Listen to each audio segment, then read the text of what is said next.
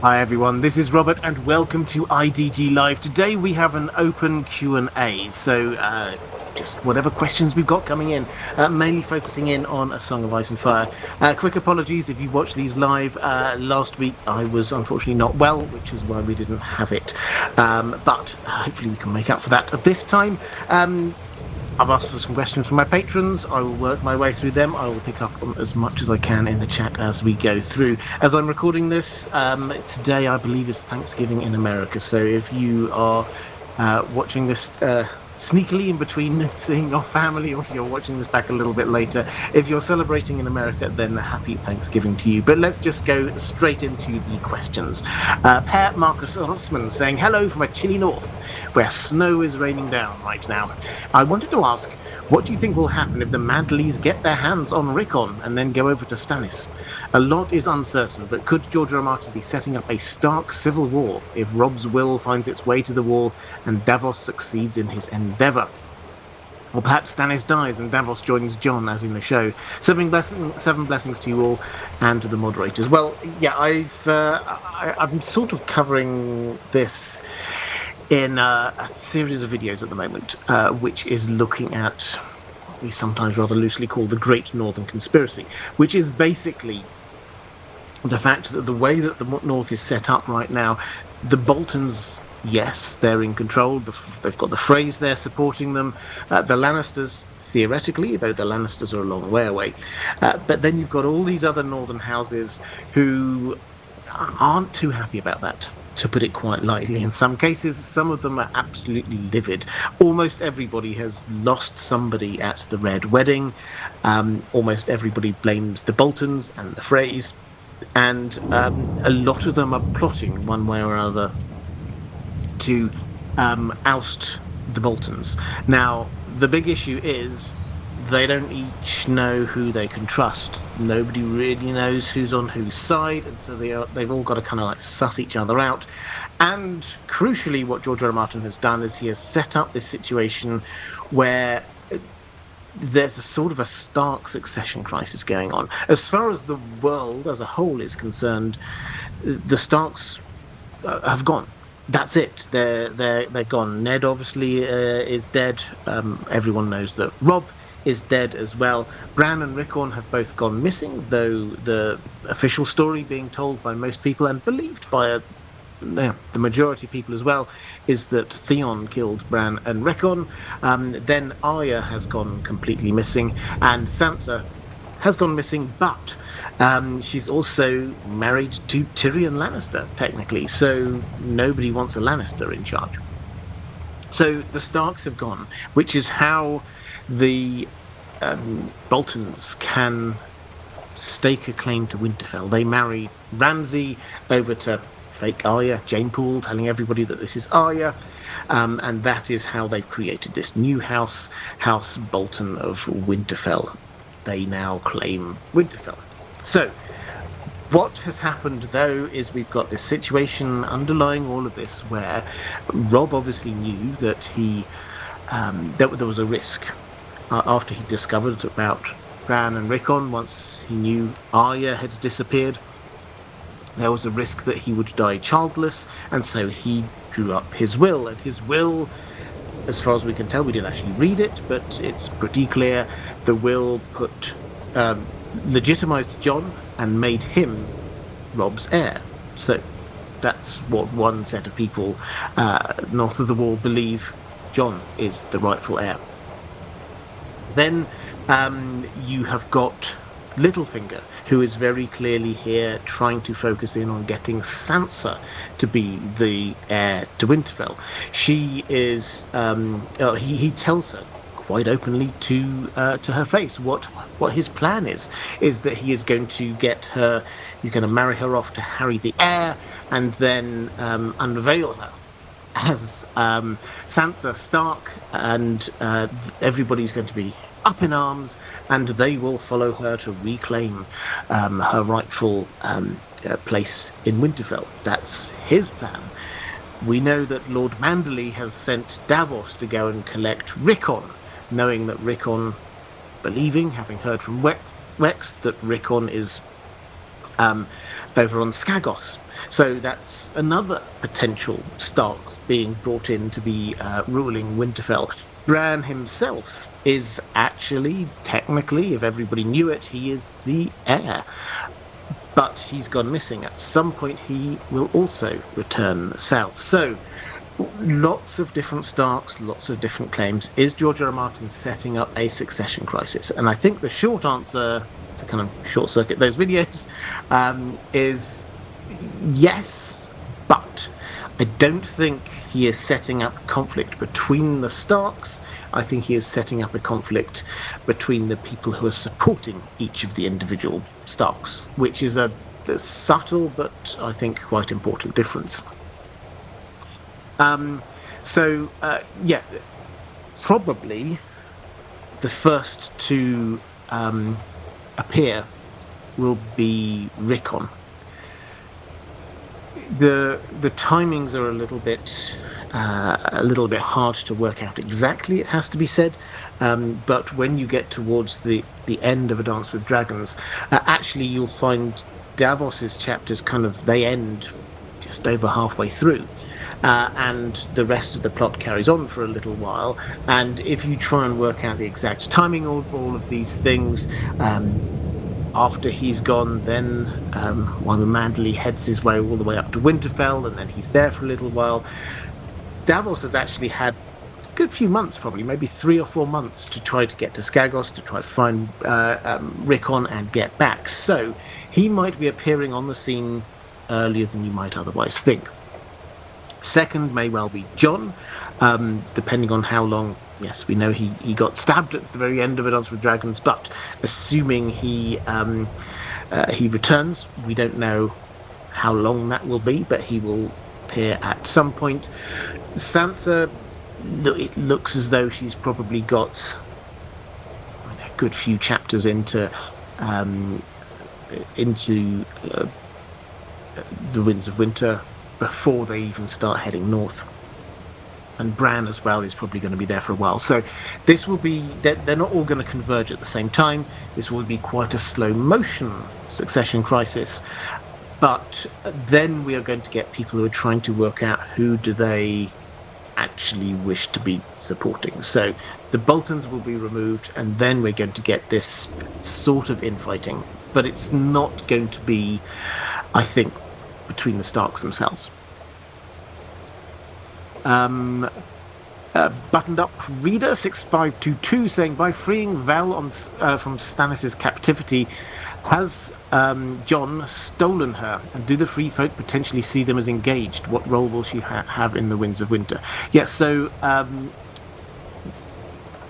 we get Jon has Val, for those who don't know, because she's a book-only character, Val is the sister of Dalla, who was the mother of Mance Vader's child. She died, and so Val was basically there looking after the baby. There was the whole baby swap thing that Jon Snow did, but she stayed around at Castle Black because Stannis kind of captured her, because he thought of her as a wildling princess, because he couldn't quite, in fact, very few of the people south of the wall can quite get their heads around the idea that the king beyond the wall is not a king in the southern sense of the word. He's just there by acclamation. His children do not take over from him, but people like Stannis could not understand this, and so that's why she's been captured, because she's this wildling princess in their minds. Now, she's a very strong-willed woman. It is very clear. She's also very beautiful. A lot of people trying to test out the waters. Might they perhaps be able to marry her? Then they could be sort of a wildling prince, whatever the thinking there is. Jon releases her. After Stannis is gone, Jon releases her to go north of the wall to go hunting for some more wildlings, for Tormund in particular. And so the question is, does this mean that he has, in a kind of a wildling custom way, stolen her, because he has taken her from from Stannis' captivity? I think the answer is no. There's no implication. I was reading that section just relatively recently. There's no implication there that I can remember that she goes in the same way that you got Ygritte, who was very clearly, you've stolen me now. What are you going to do about this? She doesn't seem to be of that mind. Added to which, he has not stolen her and taken her somewhere. He's just released her and said go. So I don't think that there's any clear implication there. As for what role she will have, I think that the biggest role she probably will have is in relation to Shireen. And this will probably be quite a tragedy, because she has been the most outspoken person in saying Shireen, who's got grayscale, remember, it's in remittance, hasn't been spreading or anything for quite some time. But Val's there saying it doesn't go away. She should have been killed. And she is at the moment the only person who is at the wall very clearly and specifically saying Shireen should be killed. And we're expecting Shireen to be set with John. George R. R. Martin has basically told us that, yes, that Shireen sacrifice will happen, and so we should be looking for people who will be coming out in support of this, and she will probably be one of the people who is leading the argument in favour of her being sacrificed. So I think that is probably, in terms of swaying people's minds on the subject, that is probably her strongest role. Ranabir Mitra saying, salutations Robert and lovely Dan the dog. I need your help on a theory I'm trying to formulate in relation to Aegon the Conqueror's crown. Who has it? Maybe we'll see it resurface in the winds of winter. We last see it being lost when the young dragon, that's Euron I, goes through the Boneway back into Dawn to curb the Second Uprising. He gets double-crossed and killed in the peace negotiations, and the Dragon Knight gets captured by House Will. If you look at the Boneway, its path is flanked by House Will in the north and House Ironwood in the south. House Ironwood have been against the Martells and Targaryens in 3 of the 5 Blackfyre rebellions. So could they have taken the crown and planned to crown Daemon Blackfyre if his rebellion was a success? There's a case that House Ironwood would have given this crown to Bittersteel and the Golden Company, such that eventually it's back in Illyrio's possession, just like the sword Blackfyre. Another option is House Martell being the ruling family collecting the crown, and that the crown is kept by Doran for all this time. This does not sit well with me, because there's been no indication in the text that he has it, contrasting to Illyrio mentioning that he might have a sword for young Griff in the deleted lines from A Dance with Dragons. John Connington is seeking to get House Martell's support for the Fagon cause because the entire marketing for this campaign is that he is Rhaegar's son rather than a Blackfyre. House Martell has never supported a Blackfyre cause, but rather House Ironwood has. What do you think? Does House Ironwood have it? House Martell, Illyrio, Golden Company? I'm confused as to who has the crown. I'd love your help. And then you sort of say, you're pretty sure it'll be Dany who wears it, as she has all the symbols of the Conqueror, rather than Fagon, who's aiming to be Rhaegar Targaryen. Come again. Right, so this is an interesting one. For the overall context here, the Targaryens didn't just have a crown that all of their kings were crowned with. There was Aegon the Conqueror's crown, which is what we're talking about here. There was at least 2 more that I can think of off the top of my head. Jaehaerys I, he had his own crown made. And so there is no one crown. However, if you had to pick a crown to be like, here's the symbol of Targaryen kingship, then you probably would say Aegon the Conqueror's crown. That, however, was lost. It was lost when Euron I, and just to kind of like, so you're clear on where this is the generation below the Dance of the Dragons generation. So you get the younger generation, the Aegons, Aegon II, Aegon III, Viserys. That generation, their children we're talking about here. So we get Euron I, who invades Dawn and wins, and then goes away, and then Dawn, as it does, rises up, and so he goes back in to take it down again. When he goes back in, there's this big peace meeting, and he does, according to the reports we've not heard both sides of this, but he does get double-crossed, and he dies, and the crown is not heard from again. We don't know where it goes. And that was 150 years ago, something along those lines. So, where might it be? Well, the implication has to be it was taken. This wasn't smuggled away by somebody in the Seven Kingdoms and brought back, or we would have heard of that. So it stayed in Dorne. Now, the boring possibility is somebody just took it. As with all of these things, and a lot of the Valyrian steel swords that we hear about that go missing during time, this was worth a lot. There were rubies in it and everything. This was very expensive. You could sell it and its constituent parts for a huge amount of money. So anyone could potentially have taken it. The theory that you're working through here is this idea that someone took it and then kept hold of it so that at some point in the future they could give it to a king that they wanted. I quite like this idea, but you do have to sort of put the little asterisk next to it and say, well, if this is the Martells or the Dornish more broadly, why didn't they, when the Dornish were married into the royal family, which they were not too long after this, surely by that point, when they've actually properly brought themselves in, they would have presented the crown and said, look, here, we kept hold of this, now we want, our heir, because it was the Targaryen family tree that we know now has got Dornish ancestry and blood in it. Their heir was sitting on the throne. So,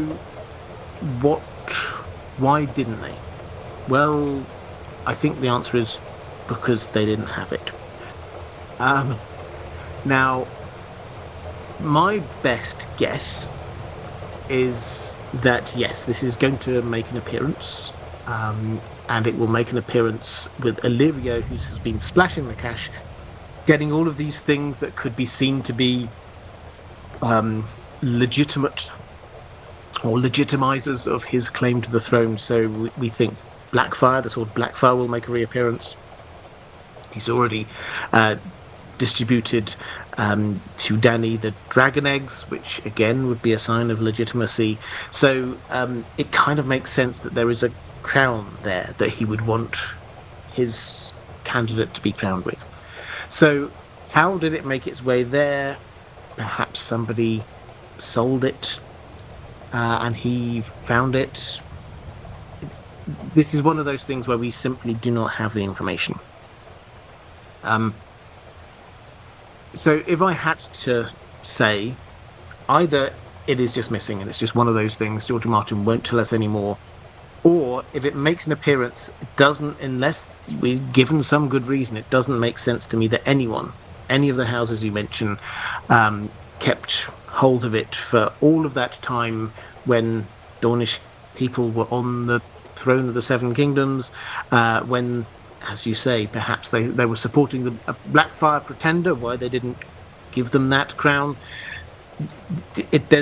There seems to be no reason for us to believe that they would have held on to these things when there were opportunities for them to use it. So those are the two biggest options that I can see.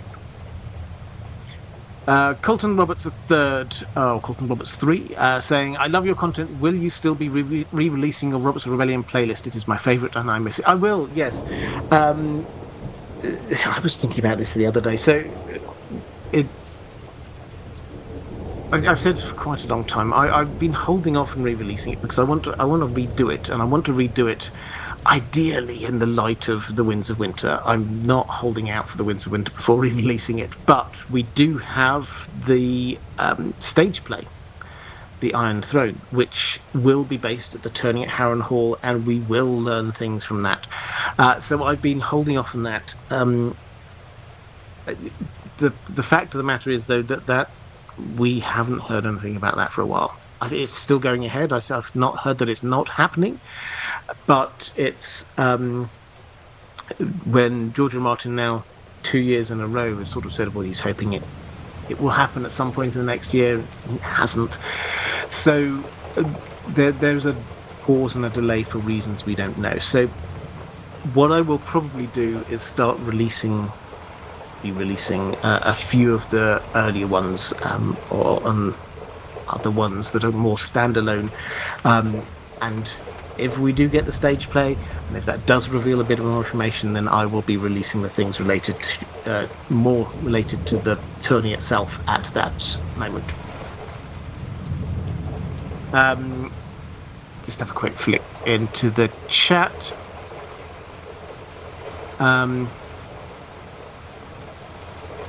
Buttoned Up Reader saying, being crowned with the Conqueror's crown does really go a long way towards setting up a second Dance of the Dragons, mirroring the other events of Fire and Blood. Yeah, absolutely.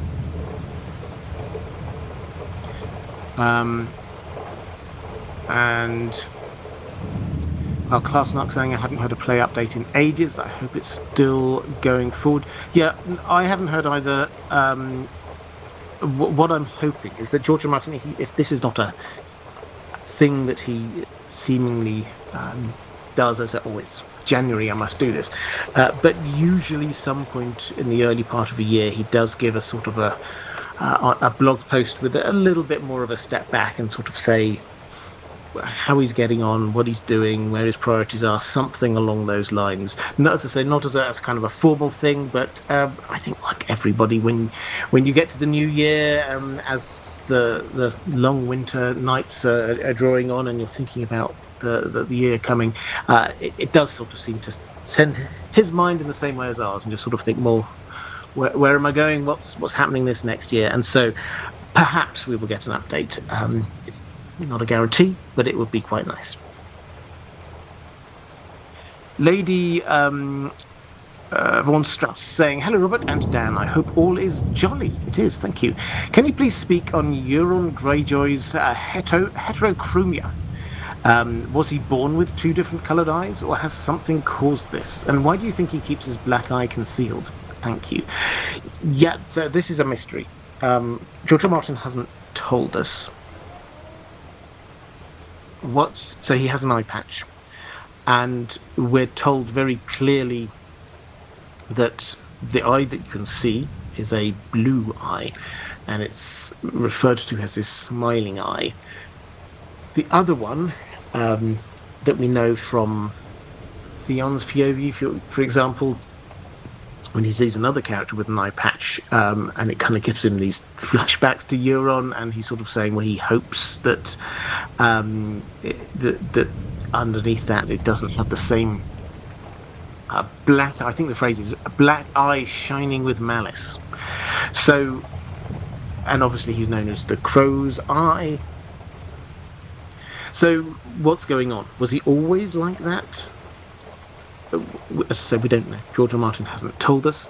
The clear symbolism and imagery is there. Yes, there's the piratical thing going on with the eye patch, but also there's a lot of one-eyed characters in this world who tend more than most to be slightly more independent-minded, perhaps slightly crueler.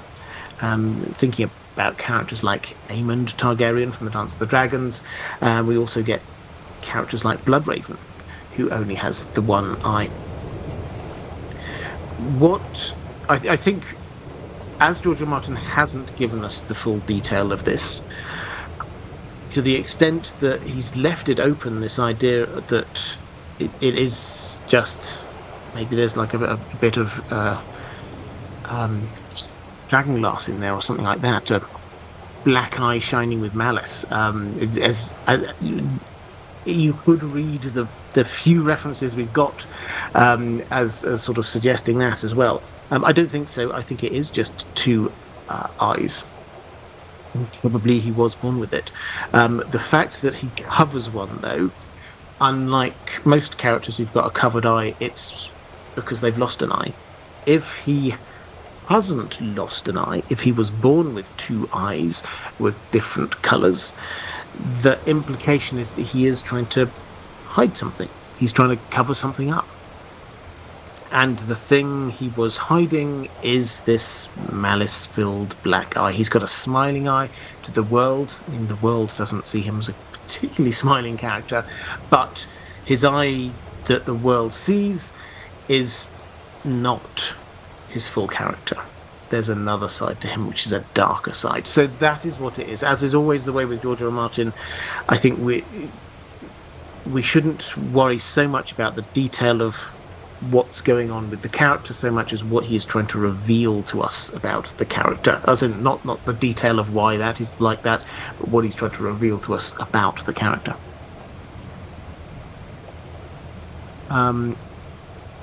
Let's go to Corvus Corax, saying, "Good evening, Robert, Dan, and all. My question this evening is, what will the North look like at the end of the book? Especially considering that we vaguely know that Jon goes north at the end of it all. If the wall doesn't just fail but falls, what will be considered the North? Will the Warden or King hold sway over current lands and beyond the wall? Will the Night's Watch still exist if the others are no more? And thank you for all you do. I'm loving In Deep Sleep. Yeah, if you enjoyed these live streams, then they appear a few weeks later. I'm going to aim for about 3 weeks later on In Deep Sleep, which is the sister channel, a newer thing. I've just leaned into this idea. Some people like to fall asleep to these live streams. And I will also be doing a few other things. I'll experiment a little bit with maybe some videos from the main channel, maybe a few stories from the Well Told Tale, but designed to help people get to sleep. So with the soothing background sounds and visuals, the video going on for 8 hours. Even after I've finished talking, the video will carry on. No adverts in the middle. That's the idea. So I'm glad you're enjoying it. If you are watching this on In Deep Sleep, then I hope you get a good night's sleep. But in terms of what will the North be like, I think it's always a bit hard to say with these kinds of things because we don't know exactly what's going to be, what will happen at the end of the books. But I think we can be reasonably certain that whoever is left of the wildlings, they will not wish to bend the knee to whoever happens to be king or lord in the north, south of the wall. Whatever the situation is, they did not want to, even when the others were bearing down on them. So the idea, once the threat of the others has been dealt with, the idea that they might suddenly wish to bend the knee to whoever happens to be in charge, that doesn't seem to work for me. So and also similarly, or coming from a different angle, when Jon heads north, assuming he does at the very end of this story, that's my working assumption on what happens. I think that's one of the things that the show probably did get right, is at the very end of it all he heads north. That has a richer tone to it, in my view. It makes a lot more sense if he is going away from the lands, the Seven Kingdoms, which had caused him so much pain, and towards or into a land where there is no king. There's no Game of Thrones going on. So that kind of works. That's still there. Will the wall still be there? I've got a question on this in just one moment, so I won't go into too much detail, but might the Night's Watch still exist? I see no reason why some of the Night's Watch aren't still there. Are we ever going to be fully 100% certain that the others won't return? I'm not 100% certain. Even if we might be pretty clear that they won't, you can be pretty certain that the vast majority of people there in the world won't know the details of what it is. Even if we realise some sort of magic has happened, which means no, that's it, the others may never return. Who will know about that? Just a very small number of people. Who will trust that? Probably a only a slightly larger number of people. So whatever's left of the wall, I think people will allow there, and people will probably stay manned at the wall. And added to which, if it does stay, what Jon has been doing is he's been populating different forts along the wall for the first time in a long time. And it may well be that people decide, okay, we'll stay here. This is a place we've spent some time building this back up again. Let's stay here. Some of the wildlings may decide to just stay where they are.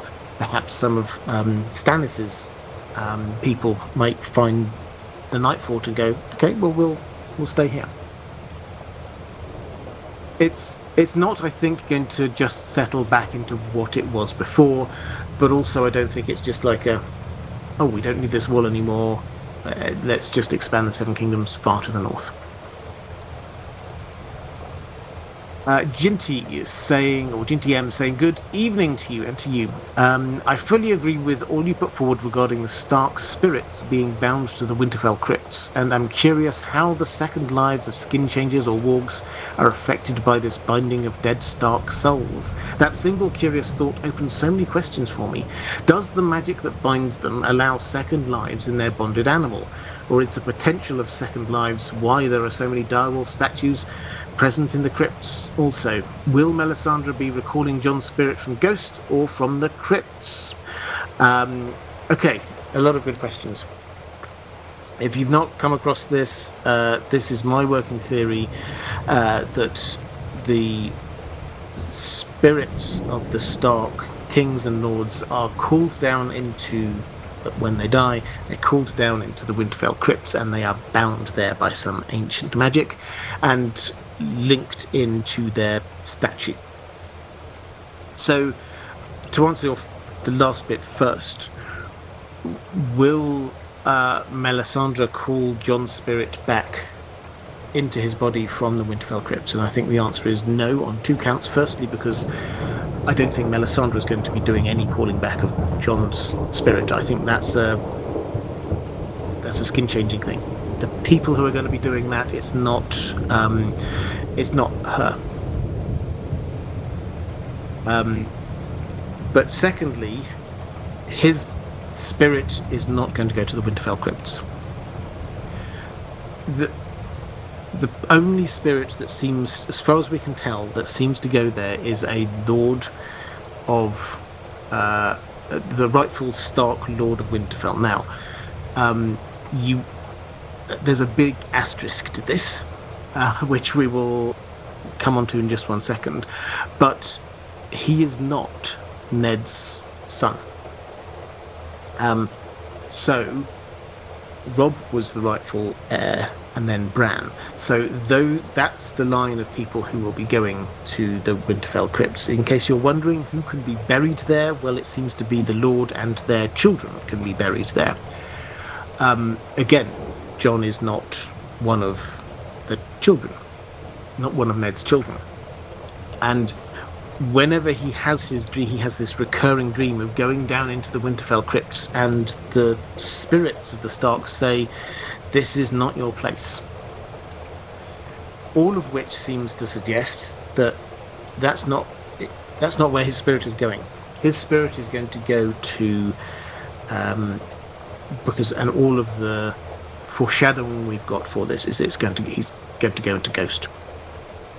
The big asterisk that I said we would come back to in a moment is that we don't, as we've already talked about a little bit earlier with the Stark inheritance, how does this work if Jon has literally written in his will to legitimize Jon, make him a Stark, and make him his heir? Does that suddenly mean that he does have a place? Does that suddenly mean that he has technically been Lord of Winterfell all this time, and therefore his spirit should be going down there? Personally, I think no, because I think that Robb wrote the will believing that Bran was dead and Bran was not dead. Therefore, Bran is the true heir, as it were. But this is where it starts getting murky, and George R. R. Martin likes it when these things get a little bit murky, because we shouldn't know these things for certain. We shouldn't understand exactly how the magic works. But as the general principle, what we've got going on here is we've got Jon. After he dies, then his spirit, his soul, will go into Ghost, and he will start living a second life there, and it is from Ghost that he will be returning to his human body. If you want to have a hint of how this operates, we actually get, and it's often overlooked, but the Varanir Sixskins chapter, the prologue chapter that we get, actually shows us what happens when the spirit or soul of a skin changer leaves their body when their body dies. And it's a fascinating bit of reading, is that he basically goes out, he tries to take over the body of Thistle, a woman. That's an abomination. She fights him, she pushes him out, but then he feels his body die, and then he kind of gets caught up in this kind of wind, and he just thinks, I know where I need to go. I need to go to my bonded animals. And that's the kind of feel we've got. So after somebody dies, as best as we can understand, their spirit, their soul kind of like leaves their body, and then it can be sort of like directed to different places. And the magic of the Winterfell crypts seems to be that kind of grabs the spirit or soul and pulls it to the Winterfell crypts. So that's what's going on. Jon probably won't know a huge amount about it. It's probably going to be entirely instinctive on his part, what is going on, rather than him seeking out Ghost, as it were. I think this is just him where he's going to be going. Roman Lekovets, just incidentally, the numbers are coming up after. I don't know why YouTube have done this. Whenever your usernames are coming up now with numbers after people's names, but I'll ignore the numbers for the time being. Roman Lakovets saying, have you read Andrzej Sapkowski's Hussite trilogy? And if so, what did you think? I want to give it a try since I'm interested in that time period. I have not, I have to say, I will hold my hands up and say that I have read all of the Witcher stories that he's done. I have not read any of his other stuff. I hear it's good. It might well be a matter of trying to get a good translation, because unless you can read the original Polish, I do not know. But the Witcher books, it's actually only relatively recently that they've been translated into English. So I don't know the extent to which his other things have been translated over into English. If there's anyone in the chat who has read them, I'm very happy to pass on a recommendation or not. And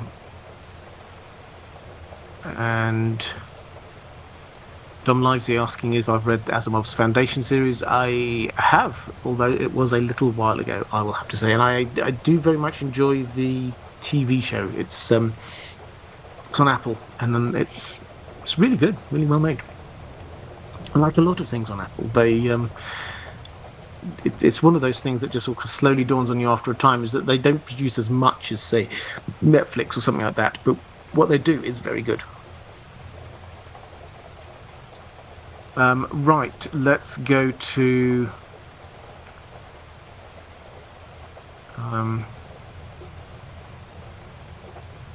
where do we get to? Reflective Rambling saying, I hope you're feeling better. I am, thank you very much. And I think I saw you in the chat, so hi there, good to see you. Saying, since it's Turkey Day here in the US, here's a silly one you can ignore. What A Song of Ice and Fire people would you invite to a holiday dinner? I'd suggest you avoid the twins. We're rather fond of you here, and their entertainment is sus. Well, again, if you are celebrating and you're in America, then happy Thanksgiving to you. As for sort of fun dinner guests, I think what I would want is just interesting conversation at the dinner table. It has to be said. So I would pick people like Tyrion and Oberyn Martell. I think Bronn would be a lot of fun. Olenna Tyrell would be a lot of fun. the kinds of people who you could just like sit back and just listen to them bouncing off of each other. It would be absolutely fantastic. So yeah, that's the kind of people I would very much enjoy. But this is exactly the kind of thing I enjoy throwing out into the chat. Let me know in the chat if there's who you would have for your a Song of Ice and Fire dinner party. Lots of people asking whether I've read certain books and whether I've read the Kingkiller Chronicles. Yes, and awaiting the third one, like everyone else is. Let's go to Ryan's Orcas saying, "Hi Robert, hope you're feeling better." I am, thank you. My question mainly concerns Rickon. I think the Red Witch will burn Shireen, and the blood magic will melt the snow, ice, and clear the air. However, her blood magic is not more powerful than that of the old gods. After a couple of months, winter will once again begin to fall on Winterfell. Davos finds Rickon and Shaggy Dog and will bring them to Winterfell, and it will be Rickon that breaks the magic about needing a trueborn Stark at Winterfell. Could that be the important role that George R. R. Martin talks about Rickon playing? Why he insisted in keeping Rickon and Shaggy Dog in the show? What are your thoughts? Well, some excellent thoughts here. Let's start with a slight tweak to a relatively recent video I did a series on Starks and Winterfell and the crypts and things like that, which may be the next one I make into one of those compilations. People seem to be enjoying when I do the compilations and pull all the videos together into one, so maybe that'll be the next series that I do that for. But one of the points I made there was winter falls at Winterfell, and it's very obvious. It's not like just it's a little bit snowy at Winterfell. It's at one point Theon looks and he can barely see the castle because it's buried under snow. We get 40-foot snowdrifts against the walls, which is, I don't know, 15 meters, 12 meters, something like that. This is massive amounts of snow. When he's walking around at one point, he puts his hand out in front of him and he can barely see his hand. That's how heavy the snow is. So there's a lot of snow, and it seems to be sort of coming out from Winterfell, as in Winterfell was the epicenter of it. Way more snow there than there was at, say, the Wall, much further north, than Deepwood Motte. The slight tweak I would come to this was what I said was that this feels like when there are no Starks at Winterfell, the spell has been broken. There must always be a Stark at Winterfell. Having reread A Dance with Dragons, I have to say the timing works a lot better, not just with the Starks having gone, but by that point the Starks had been gone for a year. So it wasn't immediate. What seems to have caused this snowstorm that will not end is actually the marriage of Ramsay to Jane Poole, who they're pretending is Arya Stark, the creation of House Bolton of Winterfell, and the announcement of a new Lord of Winterfell. So it's not just, as I say, this is a tweak, it's not just that the Starks are no longer at Winterfell, it's that there's some new lords who do not belong there. And it's very noticeable, I think. You get that scene you get the wedding scene when you get Ramsay and Jane Poole being married. You see all this through the eyes of Theon. The imagery is of death at this point. You go through there, it's like the old gods are watching, the tree is watching, the crows, the ravens are there all staring down, judging everything. It's like the imagery is of bones and death and decay. And that feels like the turning point from that moment on. That's when the snow starts falling. So, not just that the Starks aren't there, but also some people are ruling who should not be ruling. So that's my first, a little tweak there. In terms of the important role George R. R. Martin talks about Rickon playing, him coming back, is he Well, first of all, just to clarify, in case you missed this, this is something that happened way back at the beginning of Game of Thrones, the TV show. So before whatever you might think happened to the TV show, right at the very beginning, when they were pitching to George R. R. Martin about here's the ideas, and he was trying to get them on board, and they were talking to him quite a lot before, while they were writing season 1, and one of the conversations they had was they said, and I think this was in the book, the behind the scenes book, Fire Cannot Kill a Dragon, they suggested not having Rickon. So there's a lot of Stark children. People might get confused. This is before the whole story's out there, so you can kind of understand they're exploring different things, and they suggest, okay, well we've already got Robb, we've got Jon, we've got Theon, who's being there as well, effectively as part of the family, being fostered in there. We've got Sansa, we've got Arya, we've got Bran, we've got Rick. There's a lot of these children. Can we just do without the little one?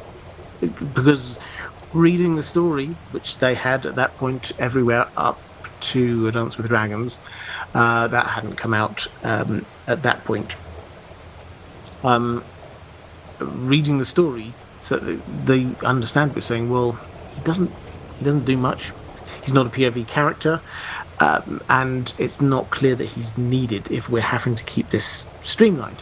And George R. R. Martin said to them at the time, apparently, I understand where you're coming from, but he will become very important.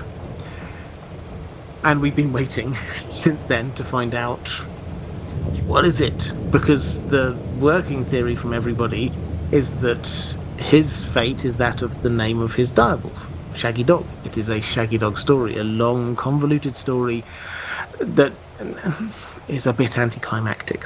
So what possible purpose should he have? This does make perfect sense, what you say here. The idea that him returning and being put back as the Stark in Winterfell stops that flurry of snow, the snowstorms that are happening there, because the magic can be reset, and that would give him an important role, even if he's killed relatively soon afterwards. So I like that. That makes a lot of sense to me. This also is probably worth just reiterating this point about how bad the snows are. And something has to happen. The snows are so bad that Stannis is forced to be. There's a great chapter, if you read it, it's the last Asher chapter, forgotten what it's called now, the King's Prize I think it's called, and you see them setting off. They're at Deepwood Motte, which is sort of to the west of the Wolf's Wood, and they're heading through the Wolf's Wood. This is Stannis and his army to march on Winterfell. And they make good progress for a few days, and then it starts snowing, and then it gets worse, and it gets worse, and then they were travelling at like 15 miles a day, and then it goes down to 10, and then it goes down to 5, and then 3, and then eventually the last day they can only manage half a mile. We're talking a kilometre here. They're not getting very far, and they stop in this crofters village, not because they think, oh, this is a great defensible position. It's they simply cannot go any further. And the chapter, the last few pages of that chapter, Asha wakes up and she senses something's wrong. And she looks round, and what is wrong is that they're not moving. They should be moving, and they just cannot, because they have got snowed in. And the last line says something along the lines of, they're there, freezing and dying. They're starving to death. This is bad. This is every day they're having this roll call of who has died in Stannis' army. Each of the different commanders comes to Stannis and reports back on who in the last 24 hours in their area who's died. it's horrific. This cannot go on. Something has to change. So that's the situation we've got here with the weather. That you cannot imagine this just carrying on for more than another week or so. Something actually has to happen. So that's why we tend to be of the view that on the TV show, Melisandre did sacrifice Shireen in order to help with the weather, and that all felt a little bit flat. And the reason it felt a little bit flat was that the weather didn't look that bad. There was just a little bit of snow on the floor. In reality, this will end him. Stannis will be gone if this weather carries on. His chances of taking the north disappeared. His army just vanished and lost to the weather. That's how bad it is. So Melisandre will need to do something, and I would agree with you that the magic of the old gods is powerful. She, however, we know that she's powerful, and she's even more powerful than usual. She said so, even more powerful than usual at the Wall. So if she does finally get this King's Blood that she's been wanting all this time, she could do some pretty impressive magic, and she could prevent the snowstorm. She could at least stop it, pause it for a little while, and that will also allow not just Stannis to survive, but that allows everything else. The whole system in the north could have got clogged up. Jon at the Wall couldn't head down to Winterfell because there'd be just too much snow. He just couldn't get there. Davos wouldn't be able to bring Rickon back. So all of the different movements of things going on in the north would have just stopped if this snow had carried on. So yes, the most likely iteration of events is Melisandre does some magic, causes the snow in some way. That allows them to be having their battle. George R. R. Martin has confirmed there will be the Battle of Ice in the north. They will have their battle. The Boltons, they'll probably have to have two battles. The Boltons will be vanquished, and if we get Rickon back in, that will reset things in Winterfell and give us a little bit of a breathing space once more.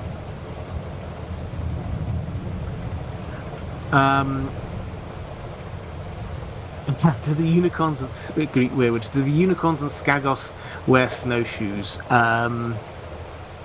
Yeah, let's say they do. Let's say they do. And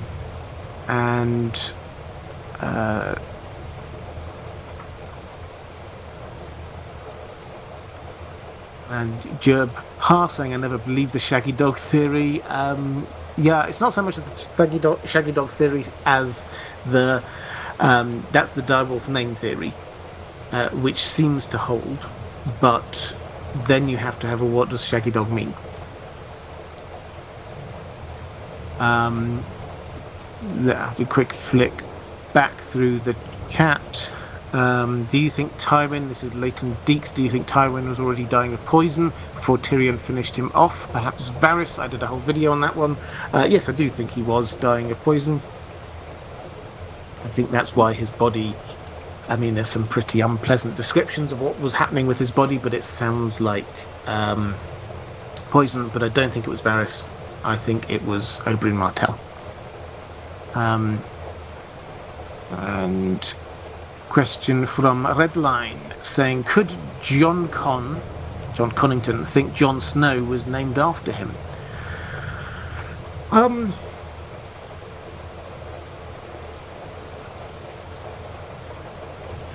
No, I think is the answer. So I think George R. Martin has said was named by Ned, and so this, as far as the world's concerned, he is Ned's bastard son, and he named him after Jon Arryn, who was his foster father. So that makes absolute sense. Nobody would. Jon is a very common name in Westeros, and given Ned's, not just Ned, but it's pretty obvious with Ned, is that he does name his family, well, the men at least, the boys, after people that he knows and likes and loves and respects. You get, so Rob after Robert Baratheon, his bestest buddy, John after John Arryn, his foster father, Rickon after Rickard, his father, Bran after Brandon, his brother. That was just what he did.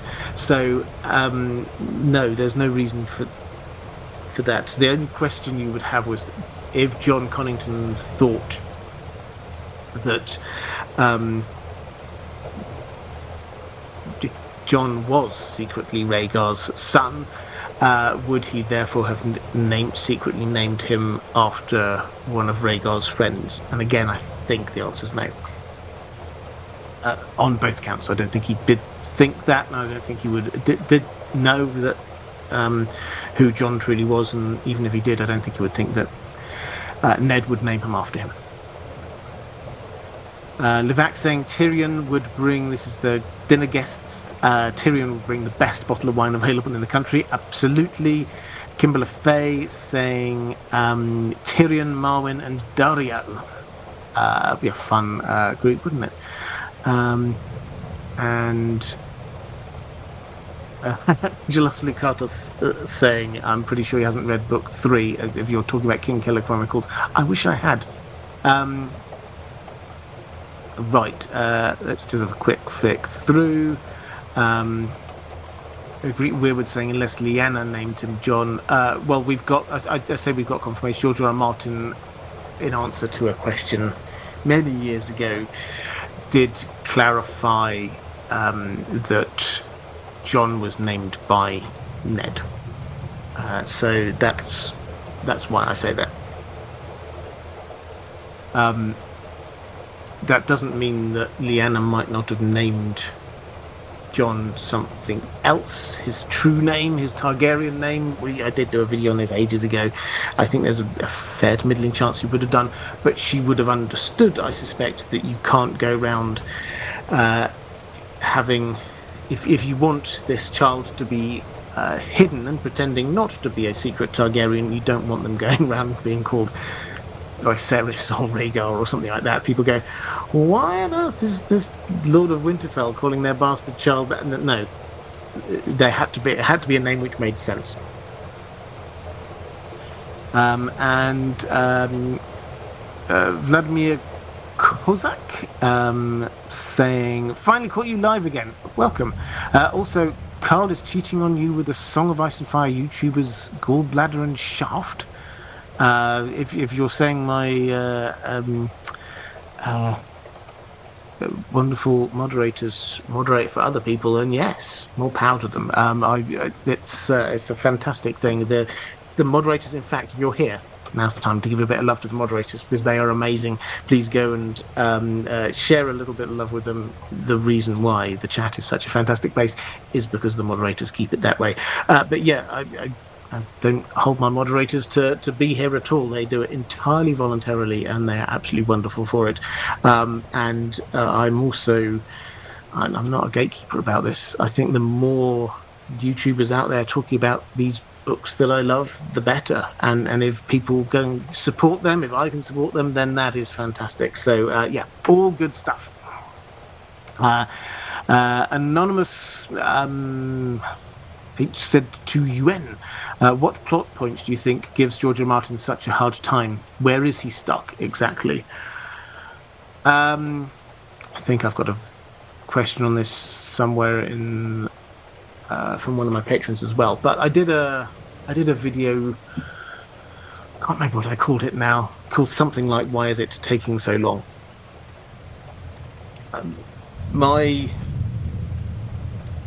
And there's a lot of stuff in there. There's a lot of reasons for it, but a lot of what this boils down to is this is a massive book now, and it's expanded it out. There's 20-something different POV. I mean, just if you just take that for and I've forgotten the exact number now, but it's something like 20-something POVs, plus we'll have very probably a prologue from some other character.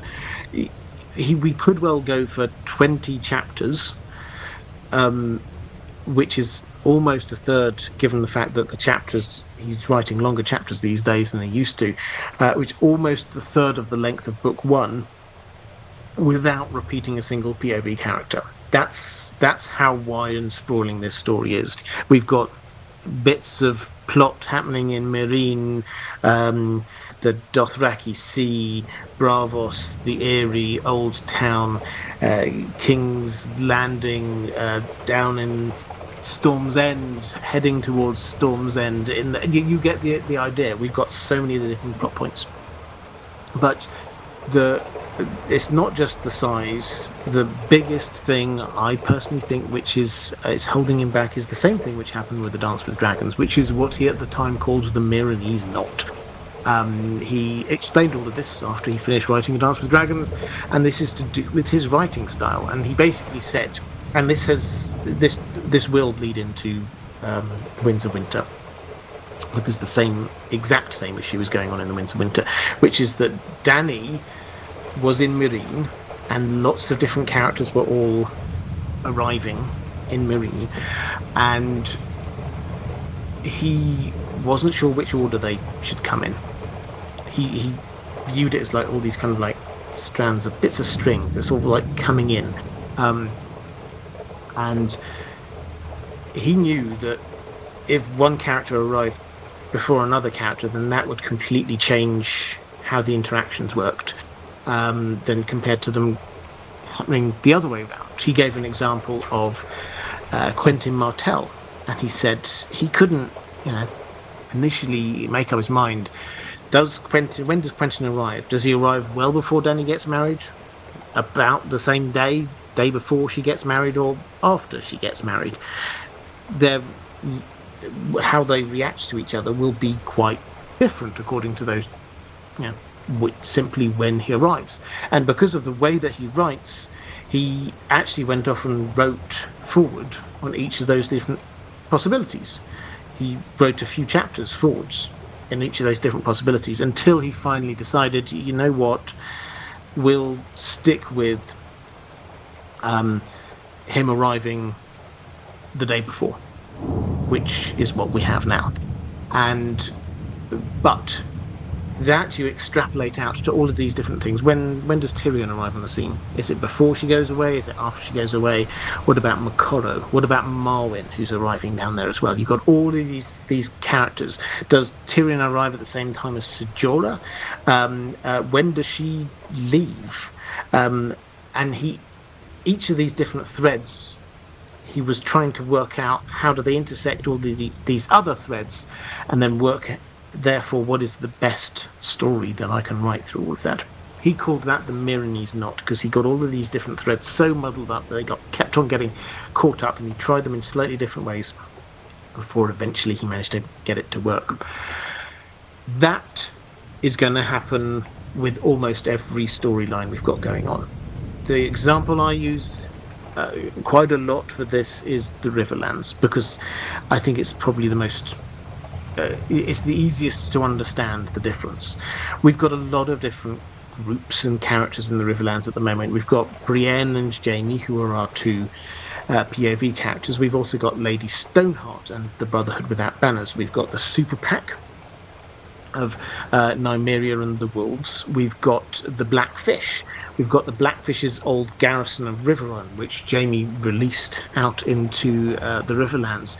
We've got a train of hundreds of Lannister guards who are guarding Jaime Westerling and Edmure Tully, who are heading over to the Westerlands. We've got the remnants of the Brave Companions. We've got some breakaway people from the Brotherhood Without Banners.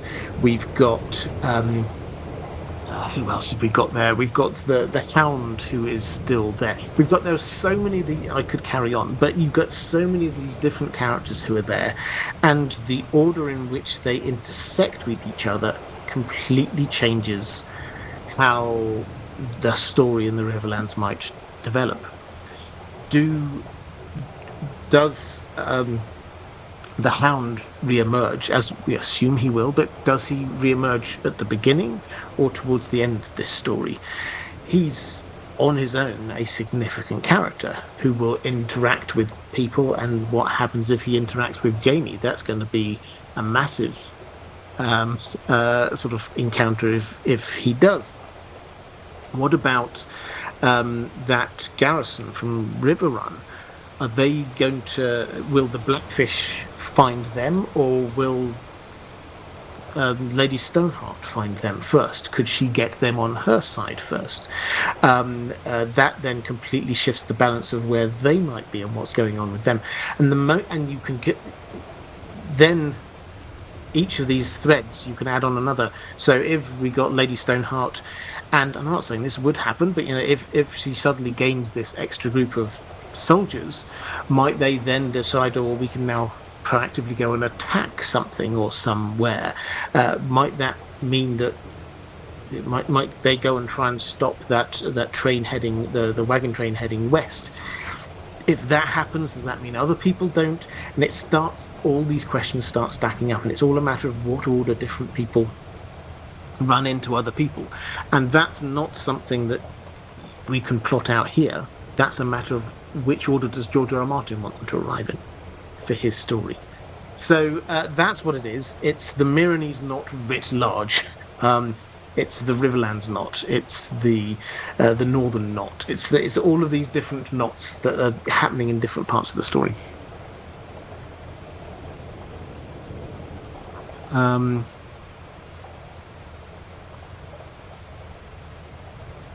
Question from Jewel Elson saying, or picking up a question from Rob Gillies. Thank you, I love it when people do this, picking up questions for others, it's very generous. Saying, I recently learned that Nerys means lord or chief in Old Welsh. So I wonder if George intended Daenerys to sneakily mean Day Queen versus the Night Queen.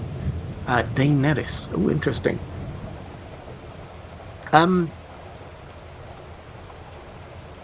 So I don't know, is the honest answer here. It's possible. My take is that George R. R. Martin, he loves wordplay. He really, really loves wordplay. But it's not as much on the derivation of words so much as doing or having little fun jokes for himself or nods to other writers. So this is a difference between him and Tolkien, and one that George R. R. Martin openly acknowledges. Tolkien was obviously a philologist. He cared about words and languages. And so if you would say, well, what's the derivation of this name? You can find out exactly where Tolkien got this from this root and that, and it all comes down to mean this, and you can get huge amounts of detail out of that. For George R. R. Martin, the kind of wordplay that he likes in words are, for example, and I don't know whether he intended this, but I think he did, was that you get Sansa is in disguise as Elaine, and Arya is in disguise as Cat of the Canals, which means that they are Catelyn, like their mother. That's the kind of play on words. And also I think that Gianna being Hound Reed's wife is another play on words on Jon and Lyanna. So that's the kind of thing that I think George R. R. Martin likes doing. There's Abel the Bard, that kind of thing. It's not so much then what's the root of this in Old Welsh and things like that. That's less his thing, and he acknowledges it. In fact, languages he accepts and holds up his hand and saying that's not really his thing. The extent to which he loves Tolkien, always talks about Tolkien, so Tolkien invented these languages. I didn't. He happily admits, fun fact, he's only invented 7 words of Old Valyrian. It's David Peterson, if you want, who's the guy who invented these languages for the Game of Thrones TV show. Absolute genius as far as concerned. At some point I'll probably try and interview him on here, actually. I think that'll be a really fun discussion. But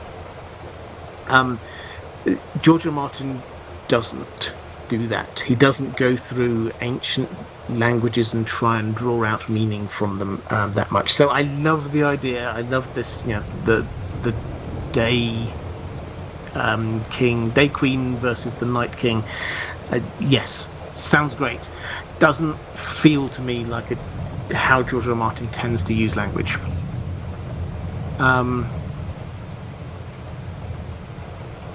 Martin's saying, I'm a few days into a fever. Oh, I'm very sorry to hear that, and therefore exhausted. But I just wanted to say hi and that I listen as best as I can focus. Glad that you are better now. Thank you very much. That might be Martin S. So the YouTube's doing some weird things with the usernames here. So it's I'm sort of squinting at them to try and see if I recognise them.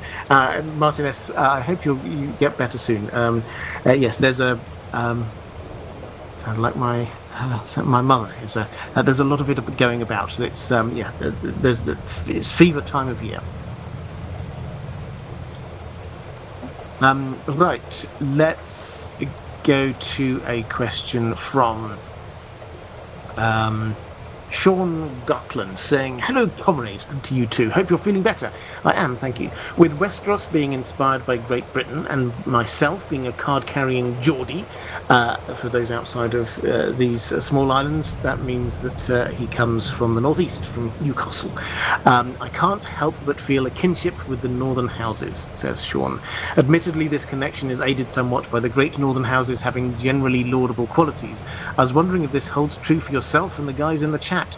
Do you, as a pampered southerner, I am indeed from the south of England, feel an emotional connection with the southern houses? Also, as an aside, why does Davos, of all people, have a Geordie accent? Feels like a strange choice, although the accents on the show seem to be pretty randomly assigned. Solidarity, brother. Well, and to you, but the accents... this is a thing which comes up every now and then. This is probably a lot more noticeable for British people than it is for other countries, because Britain has got, compared to many countries, quite a lot of very strong regional dialects, which means that you can pick out where in the country people are from relatively quickly after they open their mouth. If you're a native of these lands and have lived with these people for a long time. What the show has done, because Westeros is very broadly, there's shifts around, it's a bit like Britain placed on top of Ireland, if you kind of like squash the maps together, that kind of thing. But what it does mean is that instinctively, as British people, we look at the map and we understand the north, and we can see, oh, well, that bit roughly down the King's Landing is roughly London, and so we the Westerlands are roughly Wales. So with the accents, then we kind of expect them to roughly match up, and they sort of do to a degree, in as much as you get Sean Bean he's got a very strong Sheffield accent. In fact, he usually doesn't use it. Usually the way he speaks is with quite a soft kind of Yorkshire Sheffield accent, but if you just sort of hear him in an interview, then it comes out a lot stronger, which is sort of more from the north of the country. And you will get the Lannisters, for example, they tend to speak in more of a kind of an RP southern accent, but it's not exact. And the more you dig into it, the more you go, well, that doesn't feel right. So Davos should be from down in the south, Lee Bottom, down here, and then in the Stormlands. But the actor went with a Geordie accent from the northeast of England. And you get the Baratheon brothers. Mark Addy has, again, a sort of a northern accent, I think somewhere from Yorkshire. I don't know exactly where he's from, but he obviously comes from the Stormlands, which is down in the south. But then you listen to Renly, and he sounds like he's got a very nice southern accent. So a lot of this doesn't quite add up. And again, I just to add to the confusion, Dunk, who comes from Flea Bottom in the Knight of the Seven Kingdoms, the actor there, I think it's his natural accent. I think he's Irish. He's got this lovely Irish lilt to him, which doesn't quite work for King's Landing. But all of this makes it slightly confusing to the British audience, it has to be said. So that, I think, hopefully that kind of answers that.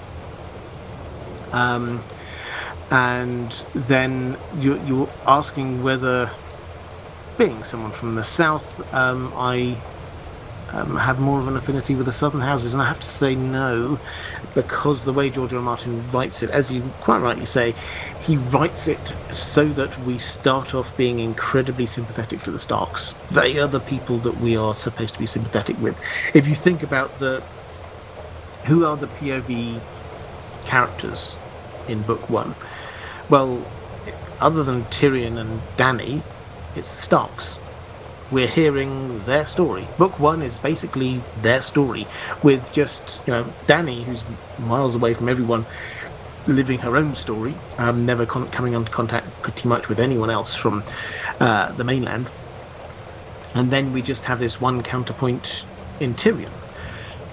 So, who would otherwise have probably come across as quite a bad guy, but because we're seeing a lot of things from his perspective, we also feel a lot more sympathy for him than we normally would. But no, so because of the way George R. R. Martin's written the story, then no, I naturally will sort of have sympathy with the Starks, like everyone else.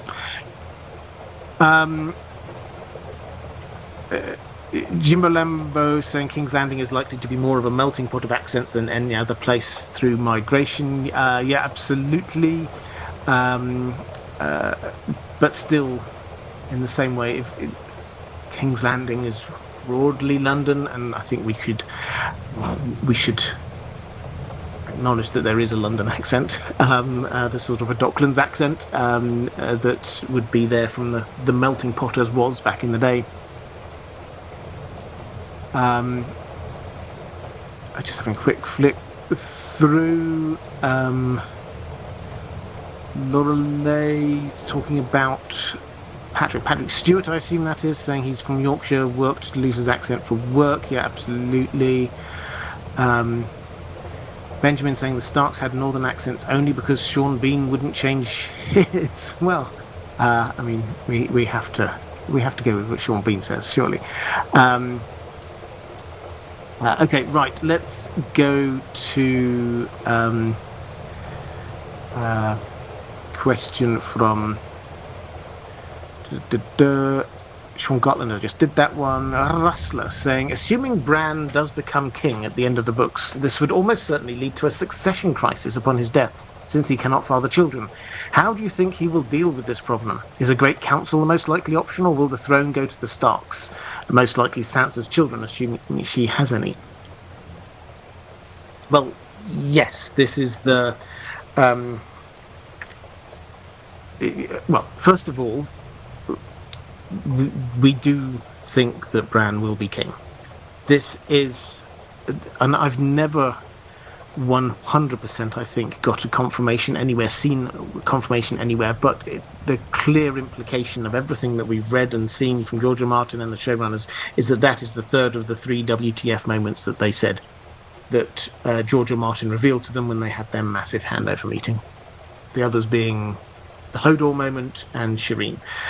Bran becoming king at the end of it all. So, yes, I think we can work on the assumption that is what is going to happen. I think we should probably say that those who are putting him on the throne might actually see this as a good thing, that he cannot set up his own sort of family line after him. You're not putting an entirely new line of kings in here. We've just got somebody who can rule for a while, and when they're gone, we'll figure out what we're doing after that. That would be a selling point to some people. But I think the boring answer is I don't think George R. Martin will tell us because the story will end and then that's it. Although, hold that thought, I'll come back to it. We are not going to get a 20 years later chapter where he goes, oh, I bet you are wondering what happened after all of this. So these things here are happening. Maybe he will give us some footnotes, maybe like Tolkien did, some sort of appendices with a few lines where we get a hint. So in the appendices to the Lord of the Rings, then we get a few lines on what happened to the main characters, so we know what happened to Aragorn, roughly. He ruled a long, wise rule, had children, and then died. We know what happened to Legolas and Gimli. They hung around, went on a road trip, built a few things, founded some communities, and then headed off in the boat together to go west. We know roughly what it is, but it's that level of detail. So perhaps we will get that from George R. R. Martin. But broadly speaking, I'm not expecting at the end of all of this to be getting this, and here's what happens next in the story. I think he's writing to the end of the story, and that's it, wrapping it up. All that said, I think the answer is a great council. I think that the way that precedent has done this in the Seven Kingdoms is that when it's not clear who should be taking over, there should be a did I say small council? A great council. And that happened at Harrenhal. That Jaehaerys, when Jaehaerys was old, he had one while he was still alive to decide on who was going to be his heir. So that's the way that has happened in the past, and that seems to be the way that it would work in the future. And frankly, if Bran, the tree wizard, is indeed king, holding this at Harrenhal, right next to the Isle of Faces, it kind of works for him, I suspect. I said hold the thought, didn't I? I've not yet heard the detail of this, but George R. R. Martin was last week in Iceland, of all places, and he was at a literary festival, and fair play to him. He gets out so little, and an actual chance to meet with some players and actually chat about the kinds of things that he loves. Very happy for him. While he was there, he did sort of say in an offhand way, so he was asked, and as I say, I've not seen the full transcript of this, so I don't know the detail, but he was asked about spin-offs. And he basically said, well, yes, I mean, obviously we have House of the Dragon, we've got Knight of the Seven Kingdoms, which is coming, both of which, by the way, have been formally greenlit for their next season, so we will definitely have Season 4 of House of the Dragon, and we will definitely have Season 2 of A Knight of the Seven Kingdoms. And he also said, yes, there's other things in the works, which we knew, including, he said, sequels, not just prequels. Now, the last we heard, there was only one proposed sequel, which was The Jon Snow Show. This was the thing Kit Harington came and pitched to them, and was actually initially quite well received before they decided to shelve it. But if he's saying there's sequels, that implies there's at least one other one out there somewhere. So maybe there's a TV show being developed that we might see at some point, which is set after Game of Thrones. The caveat I think we have to give to that one is that this is in TV show canon, not in book canon. And although George R. R. Martin has sort of taken a step back on this, his view was very much that there's two different sets of canon that he was trying to keep internally consistent, each of them internally consistent, but also as consistent with each other as possible. But now it does seem very clear that there is one set of canon, which is the TV show canon, and there's another set of canon, which is book canon. So any sequel show to Game of Thrones will be a sequel show to Game of Thrones, not a sequel show to A Song of Ice and Fire. We're not going to have something building on the Dornish plot that wasn't, or Fagon or something like that. It's going to be whatever was actually in the TV show. Okay. Let's go to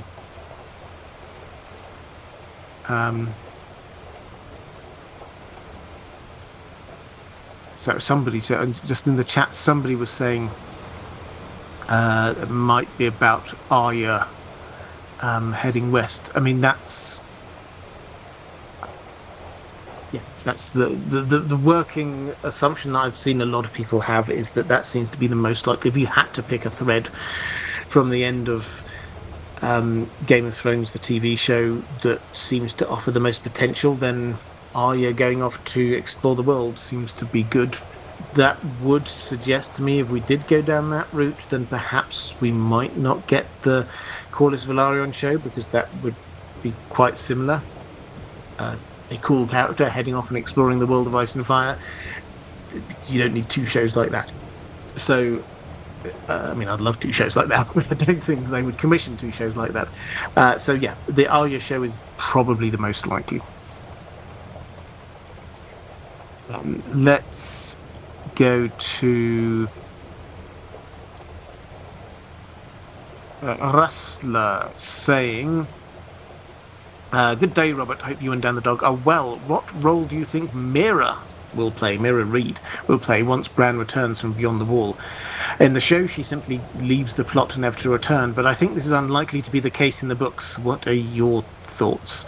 Yeah, I think it will be. I mean, I think there's a fair to middling chance that the outline of the first bit of the story will be the same, in that Jojen, I think he's a goner. I think you know where I think Jojen is. I think Hodor, we know what's going to happen to Hodor, which means that if there's going to be, Bloodraven can't be going anywhere. If there's going to be anyone taking Bran back down south, it's going to be Meera. So her carrying Bran in some way, dragging Bran in some way south, that is going to be, I think, her role. The question is, what happens, assuming they get to Winterfell, what will happen then? Now, I think on the show, I can't remember, it's been a while since I watched there, but I think on that she basically said, right, I'm going home then. And Bran's like, okay. Maybe that's them. I always think with the showrunners, they often like dropped things in which are sort of nods to what's actually going to be happening in the books. Maybe she does in the books go back to the Neck. Maybe she goes to Howland Reed. Maybe she goes to Howland Reed, her father, and brings him back, and he is the person who then explains all of the backstory. Maybe that's what it is. But I mean, there's two things in Winterfell and in the north. She's going to be pretty broken by what happened. Of that, I'm pretty certain. But someone will need to be carting Bran around. Even if he gets some kind of snazzy wheelchair like he did on the show, somebody will need to be pushing him around. He's not got Hodor anymore, so she's the most obvious person. So that's the first thing. And the second thing is, she already has seen the dead rising. She will know the threat of the others. She's not just going to go away. She will stand there at the wall or at Winterfell and help defend. If that's all she's got left, she will do her bit, I feel sure. I also do think that there's a reasonable chance that she'll be bringing Dark Sister down with her.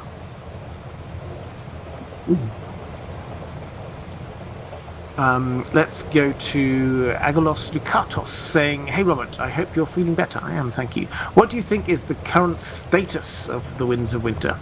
An author in August claimed that George R. R. Martin told her that the book is 70% done, but this contradicts his previous official claims. And apparently she's not even that close to George, so her statement was met with skepticism. I do hope that she made that number up. Yeah, well, we don't have an official I am this percentage through from him. He has in the past. Maybe I'll do a video on this at some point. People enjoy knowing where we're up to. If he gives another update, maybe I'll do a video then. He's done various sort of updates. He said that he'd done 400 pages at one point. The most recent is that, and he often says that I've now nearly finished this character like Tyrion. I vaguely remember a few years ago him saying that he'd only got one more Tyrion chapter to go.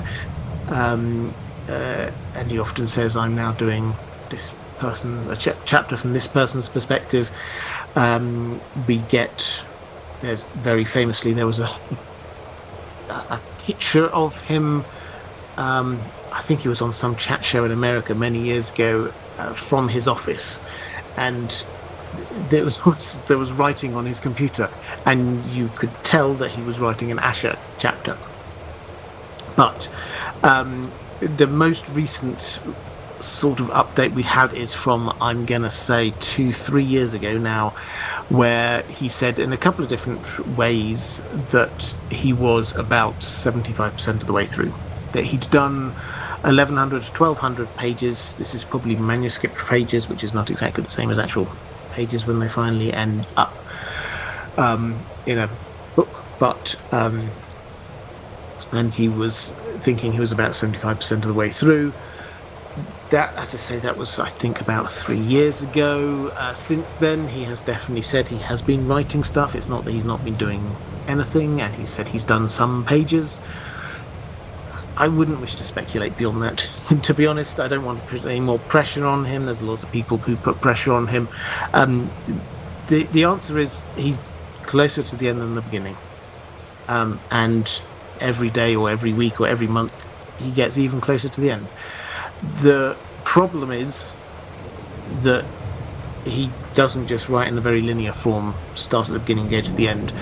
He will get to this point and then go, oh, actually, I want to rewrite that chapter because of something that's just happened here, and then he'll go back and rewrite. So, for example, he's said that at least one of the pre-release chapters that we've seen from The Winds of Winter, at least one of them, he's done some rewriting of. So he will keep on sort of circling back around until he's happy with the whole thing. It's not all written until it's all written, which is a sort of a rather bolderization of a sort of a negotiation. It's not nothing is agreed until everything is agreed. Nothing is written until the whole thing is written. He will not. He's not going to say.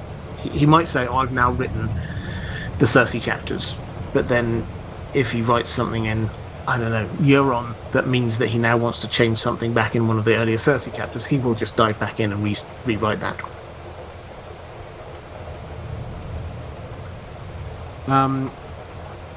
Kimberly Faye saying, picking up a question for recreational drama. Thank you very much. I love that. How will Arya and Tycho travel safely to and from Braavos with winter already in force? So, on boats, I think is the short answer, which is a bit boring. Now, it is bad.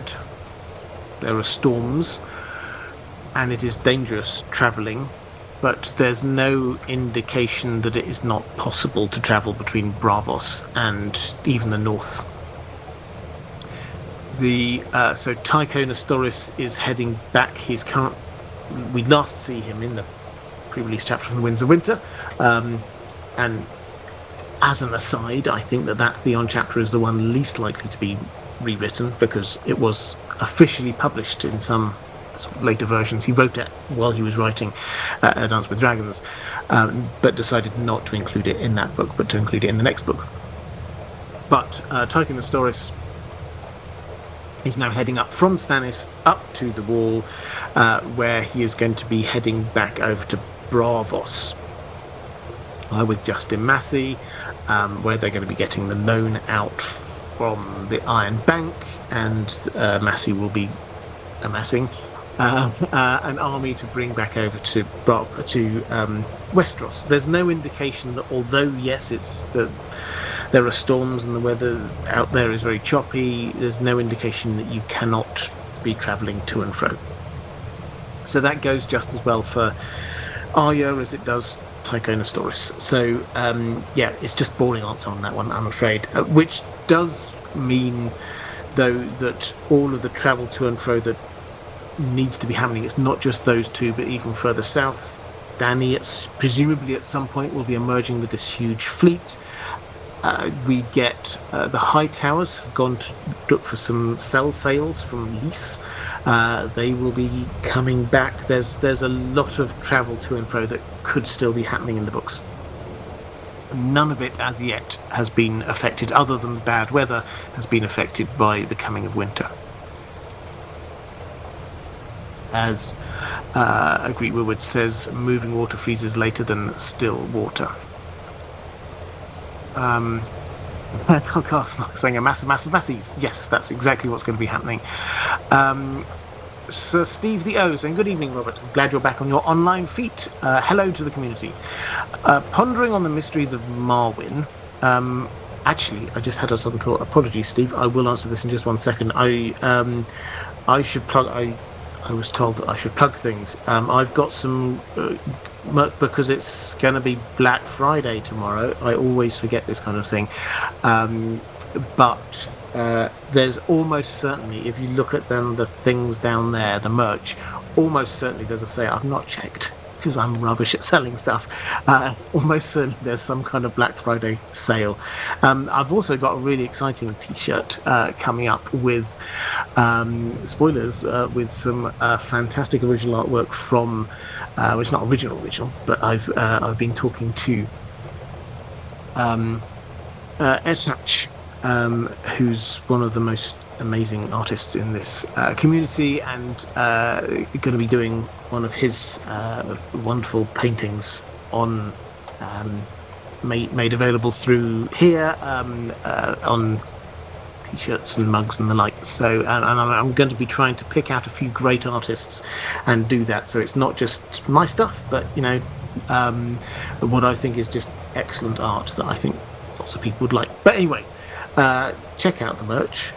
It's down there. There's probably some sort of sale going on, because there often is at this time of year. There is. I probably should bump it up somewhere, but I did some Christmas merch in the Geek Merch if you're interested in that. And the other thing to mention that I promised to myself that I would remember is if you like the videos on the main channel but would find them easier on Spotify, go and check out Spotify as video podcasts. Also now available on Apple and various other places as podcasts, so just the audio. So do go and check that out, and particularly over on Apple if you want to, because I've only just started uploading on there. If you want to leave a little review, that would be lovely. Thank you. I think that's all of the adverts. Patrons, thank you. If you would like to support this channel, the best way to do that is via Patreon, link somewhere. And moderators, thank you as well. Right, that's it, I promise. Let's go back to this question from Sir Steve the O, saying, good evening, Robert. Glad you're back on your online feet. Pondering the mysteries of Marwyn, how big a role do you think he will play going forward? He has a lot of knowledge. Do you think he's similar to Hound Reed? And when or if he reappears with Dany, will it be an exposition drop? There is something great about the little tidbits that George R. Martin drops in the narrative, albeit frustrating. So one big truth bomb isn't in keeping with the style of the narrative so far. Related, do you think there'll be anything further of many of the books mentioned in the narrative? Well, let's do Marwyn first, and then we'll pick up on the books. He has different types of information to Howland Reed. So Howland Reed knows the backstory to what he knows about Jon's true identity, which we baked into this. We know at some point there, but this is going to be the big reveal in the books. He knows about that. He knows about everything that's been going on behind the scenes with the turning at Harrenhal. So he's going to be bringing all of that information into play. Marwyn, on the other hand, has the esoteric, ancient, magical knowledge of Ashai. Now, the original plan was to have Dany go to Ashai. Why? To get knowledge. But George R. R. Martin changed his mind, and she didn't go to Ashai. But she still needs to get this knowledge. She still needs to understand more about the Azor Ahai thing. She still needs to understand more about dragons and dragon bonding. There are 3 key places where she may be getting that information from. The first of them is indeed Marwyn. He is rushing over to go and find her. He wants to beat the rest of the Citadel, the other maesters, because he thinks that they will be sending a maester to go off and be with her. And he's the first. The second is Makoro, who is being sent from the Temple of R'hllor. They absolutely believe that she is Azor Ahai reborn, and so he will have information for her. And then the third is Tyrion. Tyrion has been established as actually one of the foremost authorities on dragons in this world. He literally was writing a book on the Shy Maid. He was writing a book about dragons. He's read every book he could get his hands on about dragons. He reads a lot. And as you sort of say, moving on to the sort of the second part of this, George R. Martin mentioned that Tyrion may see the books that Jorah gave Dany. What about the Jade Compendium, the signs and portents that Ash's uncle was reading about in Feast for Crows? So the books we will get information from and about books. Those 3 books, you'll remember them. Ser Jorah came and handed Dany 3 books. Somebody did once ask George R. R. Martin, did she ever read those books? And his response was, well, she's not much of a reader, but you know who is? Tyrion. And he's heading towards Meereen right now. So the clear implication is that Tyrion's going to arrive. Dany's not there. He's going to be sort of hanging around, twiddling his thumbs, waiting for her to arrive. And as is his way, he will find some books to read. He'll find those 3 books that she's been given, and he will learn something from there. Now, added to which he will know more about dragon bonding than she could possibly imagine. So he, with that information, with the information he already knows, he will be able to, this will, I'm sure, be a key part in helping him gain her trust, is if he helps her in riding Drogon and controlling Drogon to a degree. That will gain a lot of her trust, not just him. On the TV show, it's sort of like he turned up and there was a little bit of toing and froing, but then eventually she said, yep, okay, I trust you, you can be in my small council. He is the brother of the man who killed her father. He is the brother of the queen at the moment, effective queen of Queen Regent of Westeros, the person who will be opposing her, she thinks, as she arrives back in Westeros. So he has got a lot of convincing to do. And one of the ways that he can do this is by sharing his knowledge. So other things, signs and portents, that this is the Daenerys the Dreamer, who was the person who had the dream all that time ago that led to the Targaryens leaving Valyria before the Doom. She, it would appear, even before then, she had other dreams and visions that was written down in this Signs and Portents book, which is, it would appear, why they trusted her to actually leave. Because when you think about it, if this random, and I don't know she exact age, or I'm not sure if we've been told her exact age, but she was young. She says, I had this dream, we should all leave home, we should up sticks, we should move thousands of miles away, we should leave all of our power and influence that we've got and just go somewhere else. And they all go, okay, that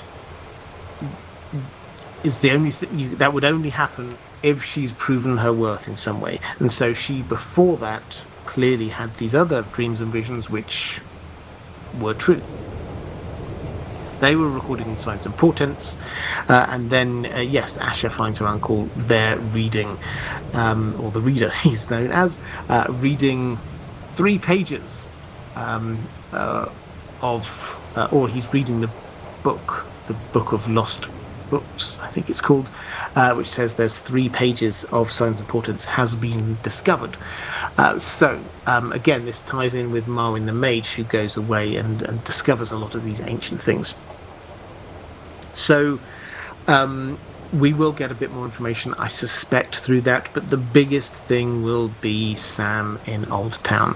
All the implications are that Jaqen H'ghar is there to try and find a book about the death of dragons, how to kill dragons. Sam will almost certainly find lots of information while he's down there. This is going to be George R. Martin. He will not be able to resist showing us the Great Library, and Sam seeing and experiencing a chance to see all these books. Okay.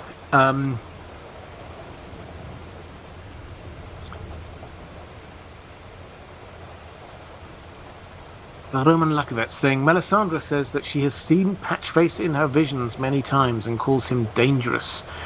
What do you think that means? Well, the fact that she calls him dangerous is she's not the most trustworthy of interpreters of what she sees in her dreams. Not her dreams, in the flames. And which isn't to say that what she sees isn't true, but firstly, as she often says, the things that you see in the flames are not necessarily an exact replica of what it is that you're supposed to be seeing.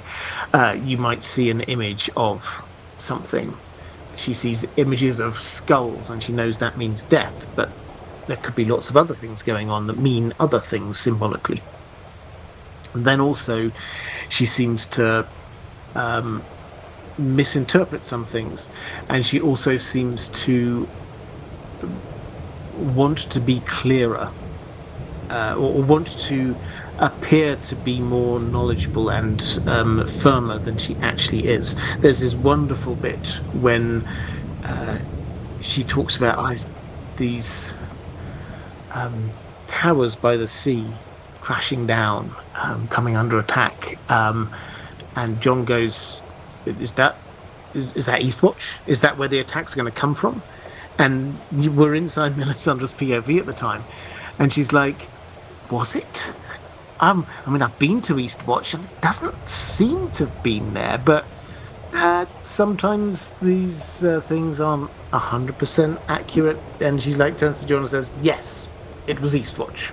And it's like, you don't even think it looked like Eastwatch. Why are you saying this? So she can convince herself of some things. She can try to be convincing other people of certain things. Why Patchface? Patchface is a curious character. I will do a video on Patchface at some point, just to sort of dig through all of the detail of what's going on there. And say he's a curious character actually is a bit of an understatement. I do personally quite like this idea that she always sees him with these skulls around him, which we interpret as being it's because he did, so he sort of died and came back.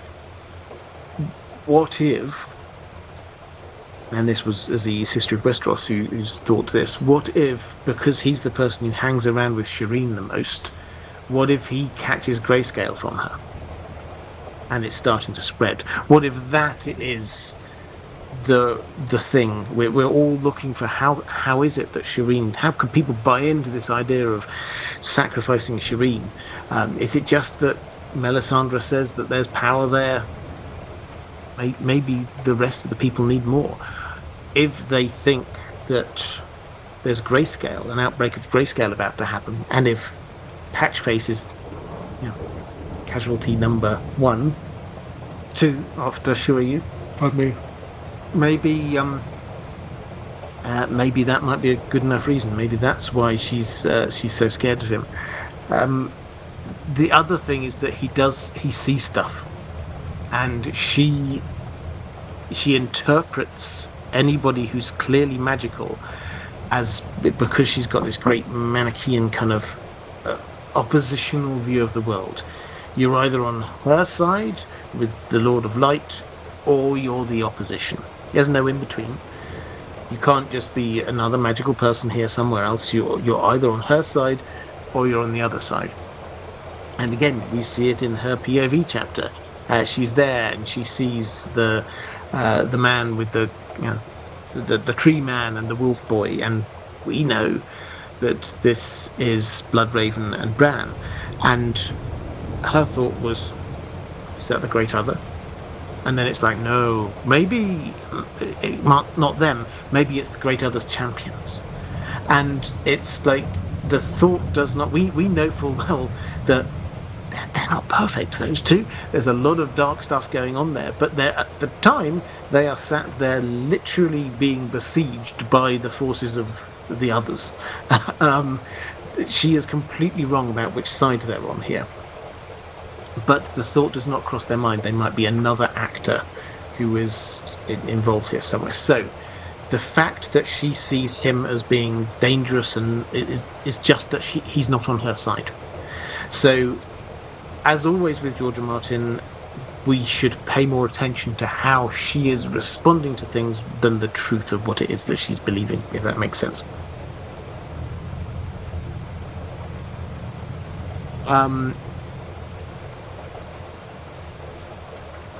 Kimberly Faye asking, is Patchface also stronger at the wall like Mel? And if so, how will it manifest itself? Well, we don't know exactly how this works, but I think the clear implication is, yes, magic is stronger at the wall. And it shouldn't just be her magic, it should be all kinds of magic. Which means that him as a magical being in some way should be more magical in some way. And what does that mean? Perhaps he will start coming out with even clearer kind of little jingles and rhymes about things that are actually happening. That may also scare Melisandre a whole lot more if you think someone's if he's clearly knows things that he shouldn't do, she will see that as being something that comes from, again, from the Great Other. If it's not from her side, it must be from the bad side. Okay, question from Laura Lay Dragon saying, hello Robert, happy Thanksgiving, and to you too. I'm grateful for your content and the community of kind nerds you've created here. Well, thank you. I'm also very grateful for this community. Two questions. I recently started rereading A Song of Ice and Fire for the first time in about 15 years. I was struck by all the hints towards Tyrion being a Targaryen that I hadn't noticed the first time through. Are there clues towards this in the later books as well? Could we see Dany mounted on Dragonback, flanked by Tyrion and Jon? Well, yeah, this is something people, when they reread the books from the start, I think it often takes people aback because they hadn't, the first time through, perhaps a lot of people hadn't sort of picked up on it. It's only when you read back that you go, oh, there's something going on there. By which I mean, in the first few chapters of Tyrion, there are so many dragony, Targaryen-y kind of references. He talks about when he was younger, he used to gaze into the fires for hours, and his greatest dream is to see a dragon. He's read every book about dragons that he possibly could have done. There's a huge amount of connection between him and Jon, and them saying we're very similar actually, you and I, when you actually dig beneath the surface. We know Jon is a secret Targaryen. Then you get Tyrion remembering back to going to the dragon skulls under the Red Keep, and whereas when we see Arya, for example, going there, all of the language there is of them reaching out to. It's literary language, but they don't want her there. It's as if the Jaws are wanting to clamp down on her. Tyrion, however, thinks they're almost friendly. I mean, he likes them. It's a warm and loving place for him. So yes, those first few chapters, very strong on the Tyrion Targaryen vibes. Then it kind of peters out. It has to be said. Through the next 3 books or so, until you get to A Dance with Dragons, where again you start getting these dragony vibes appear, and his arc goes from, I mean, his arc has got many layers in A Dance with Dragons, but it goes from I think the last line of his first chapter is Illyrio saying dragons to him. I'm going to show you dragons, and it's like, that's where I'm going.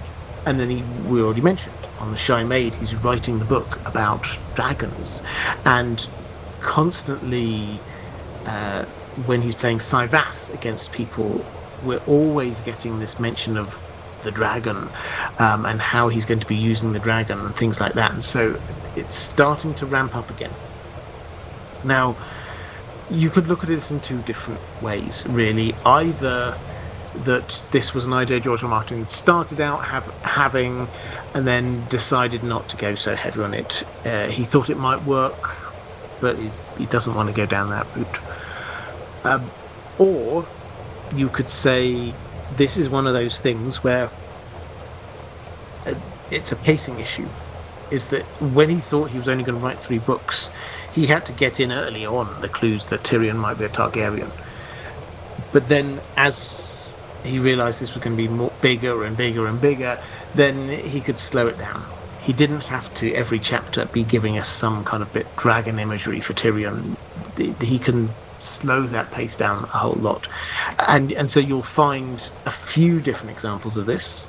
In book 1, you will find mentions of the Isle of Faces. There's 5 or 6 of them. Just as Jorah talking about, and the places in the 7 Kingdoms, and of course there's King's Landing and the Wall and and the Isle of Faces, and it's just like as if this is one of the top places that we have to be aware of.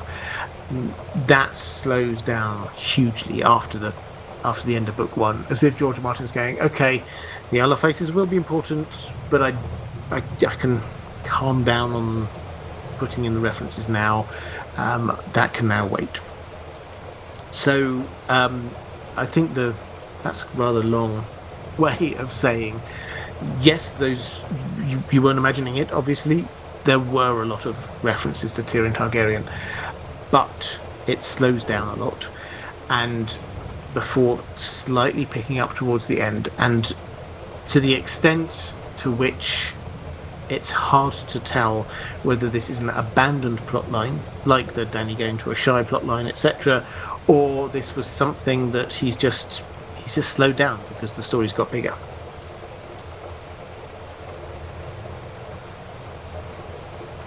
Let's go to Orlay Dragon, also saying, the more I think about the Lyanna and Rhaegar situation, the more I think that Ned must have known she went willingly. Is there actually any evidence of that in the text, or is it just conjecture based on knowledge of Ned's character and actions? Side note, you've inspired me to start my own YouTube channel, doing literary analysis. My expertise is more historical than fantastical, so I'm going to start with Jane Austen. But I never would have thought of it without your example. Thank you. Well, first of all, that means a lot.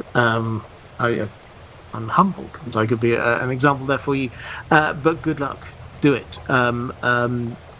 When you get something up, then drop something here in the chat, send me something via Patreon, whatever. I will happily plug it and try and send people your way. Always trying to support smaller YouTubers, particularly those who sort of graduate up through Deep Geek. That's absolutely fantastic. One word of advice that I give, not just to you, but to anyone who's thinking of starting a YouTube channel, just get the first video out. You will think it's rubbish. That's okay. You will learn more doing your first video than all the next 10 of them put together. Just get it out, and then you can get onto your next one. The biggest issue I find with potential creators is this desire to make the first one brilliant. It doesn't have to be brilliant, just get it out. And as a way to try and encourage people to do that, if you scroll back on my main channel, you will find I've got rid of quite a few of my old videos for various reasons, but I've kept my very ever first video as, I hope, encouragement to people who are wanting to start a channel, because I look back on that and I cringe now. It's, I think, really bad. I talk incredibly slowly and my presentation isn't as good. The video, I think, is only like 5 minutes long. I just have still shots from the TV show. It was a video about Tyrion, incidentally. We were talking about Tyrion just a second ago. But it's just still shots from the show, that they're up there for, I don't know, half a minute at a time, nothing moving, nothing changing, no energy to it. I think I would get a bit embarrassed looking at it, but it's important, I think, for people to understand your first one you will think is rubbish. Just get it done, then move on to the next one, then move on to the next one. But good luck. But you were asking about whether Ned would have known that about Lyanna and Rhaegar. Well, we don't have any complete evidence on this, because obviously George R. Martin can't do that, or it would give away the game. But it's very clearly marked up, I think, from what Ned thinks about it. He clearly knows his sister, and we see that he remembers a conversation when he's talking to her, and she's sort of saying, I'm supposed to be marrying Robert Baratheon, I don't like him, I don't like the way he is. And Ned's there going, he's my best buddy, and he'll change when he's married. And she's there going, no, he's not going to change, is he? And Ned's like, not really. And then when he thinks about Rhaegar, he thinks Rhaegar's not really, he's not the kind of guy to be going to brothels and things like that. And his mind is thinking, basically, you can finish the thought process for him, is that she didn't like Robert Baratheon because of the way Robert Baratheon was. Rhaegar was different. She did like that. So, I think the clear implication is that yes, he did. If not no, then yes. And I think Benjen knew, and Benjen told Ned. Okay, let's go to a question in the chat from HPSI Bobby. That's probably not how you pronounce it.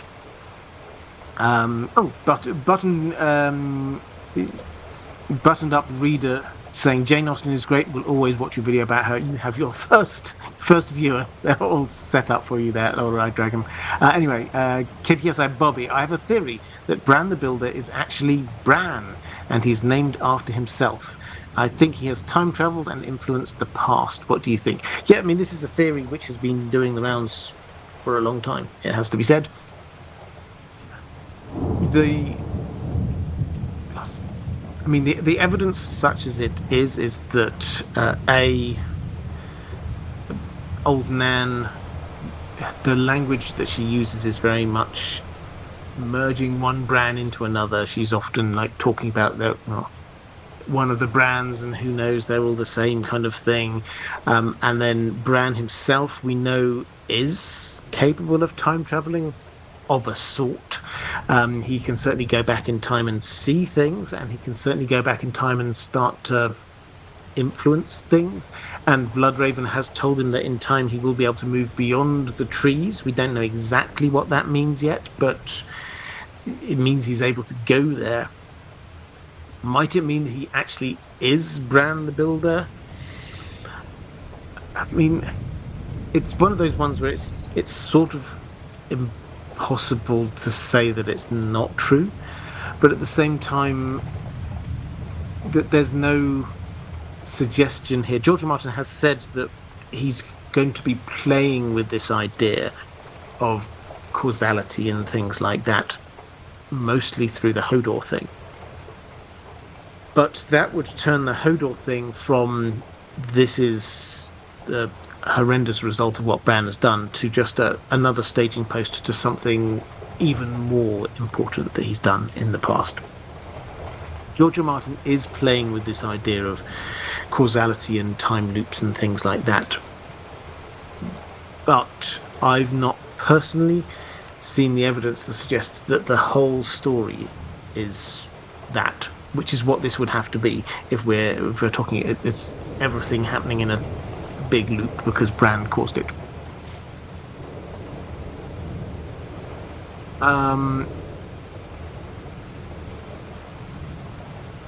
Akatosh Ray saying it's hard to take Old Nan as a solid source of information. Yeah, well, absolutely, I would agree. So what we're looking at there is not, in defense of this theory, is not Nan saying something as this is the absolute truth, but is George R. R. Martin trying to seed an idea within us through this bit of writing. Madeline Tyrell Dane saying, "Hi Robert, hope you and Dan are well."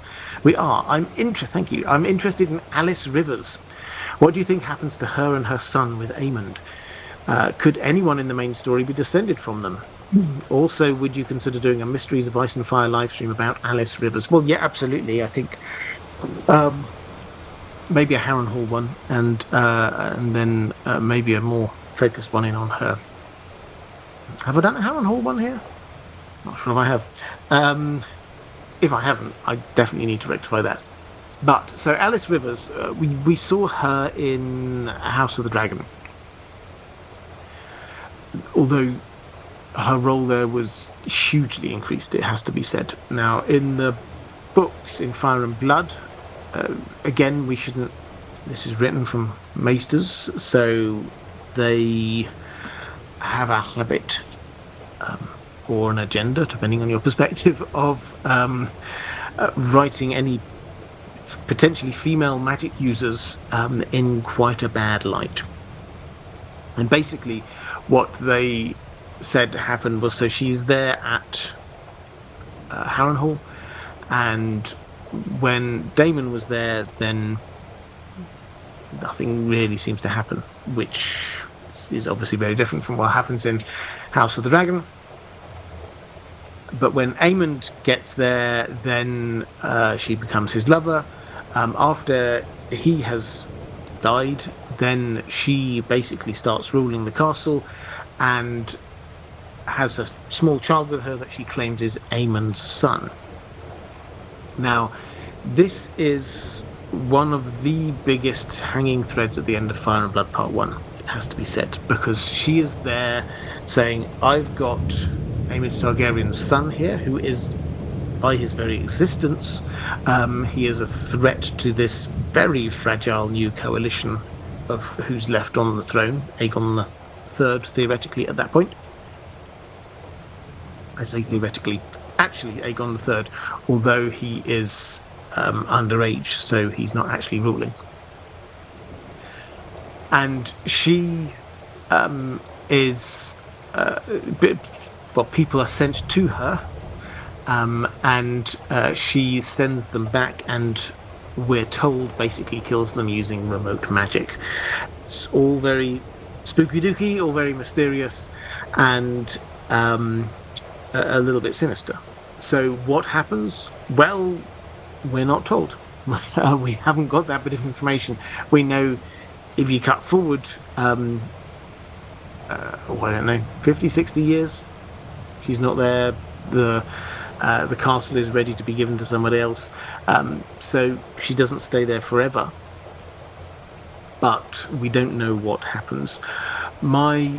If I had to guess, is that I think she probably will die, and we will see this in Blood and Fire. I think the child will die as well, because I think that the Targaryens will feel the need to get rid of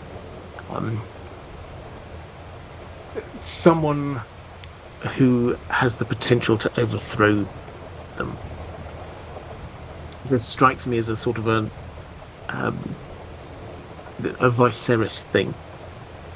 We also have, let's not forget, a dragon who will... We've got 4 dragons who survived the end of the Dance of the Dragons. All 4 of them have to die at some point quite soon, but the most intriguing one of those 4 is the dragon Morning, who is young, fresh, new dragon, not one of these old ones who's sort of like hiding away somewhere in the mountains. this is a dragon who potentially could have dragon eggs. So, what will happen to her? Nothing huge, because we're not told of it in the World of Ice and Fire. It's not been referenced in any of the rest of the story, which means, and as far as we can tell, Harrenhal itself is in roughly the same condition as it was during the Dance of the Dragons, when it gets handed over later. So we're not talking about anything massive, but still, I think this is going to be one of the early threats to the new Aegon III's reign.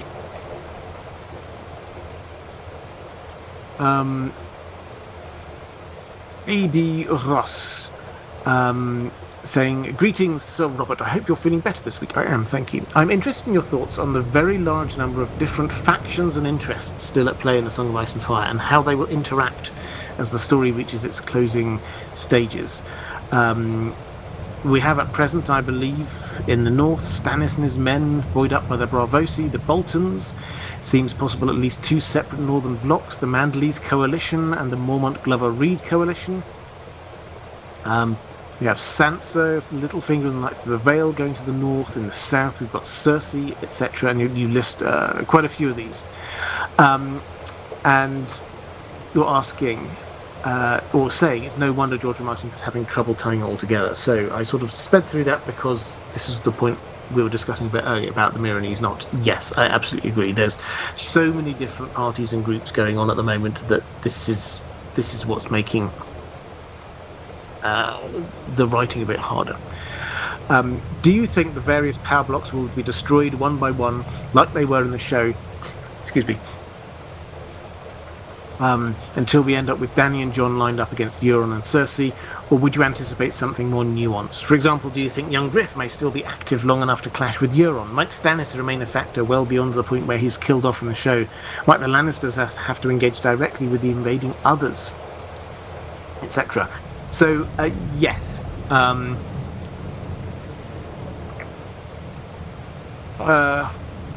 Actually, I just saw something interesting in the chat. Derry's read it before, saying Alice was a scapegoat for someone else's political assassinations. That absolutely very possible. Yes, thank you for picking up on that. That's definitely possible. But all of these different factions, I think that the headline is, yes, there are lots of them. And if you go through all these different factions and groups, then you would come to hundreds of them. We are not going to end up in a situation like we got on a TV show where it's very easy, where we get, here's the army of the dead, here's the army of the living, they're going to have a big battle at the end. And we're also not going to end up with, we get Cersei and Euron in an alliance in King's Landing, and then they're sort of like the last baddie that needs to be defeated, the last bad guy that needs to be defeated. That's not the way that this will work. We're going to have lots of different groups with lots of different agendas, and we will get, I imagine, in the north, as the threat of the others becomes more and more real, then people will start pulling together a whole lot more in the north, faced with an external threat. In the south, I think that we will get a coalescing of the Lannisters, Cersei, and Euron. I think that kind of makes sense. I've talked through that logic a bit before. I think we were going to get a coalescing together of forces behind young Griff. We're going to get a coalescing of forces coming in behind Dany. So we get a sort of a start of a simplification, but at the same time, it's never going to be that straightforward. Even when we get everybody kind of like roughly pulling in the same direction, not everybody's going to be feeling the same at the same point. There will be some broken men in the Riverlands wandering around still doing their thing.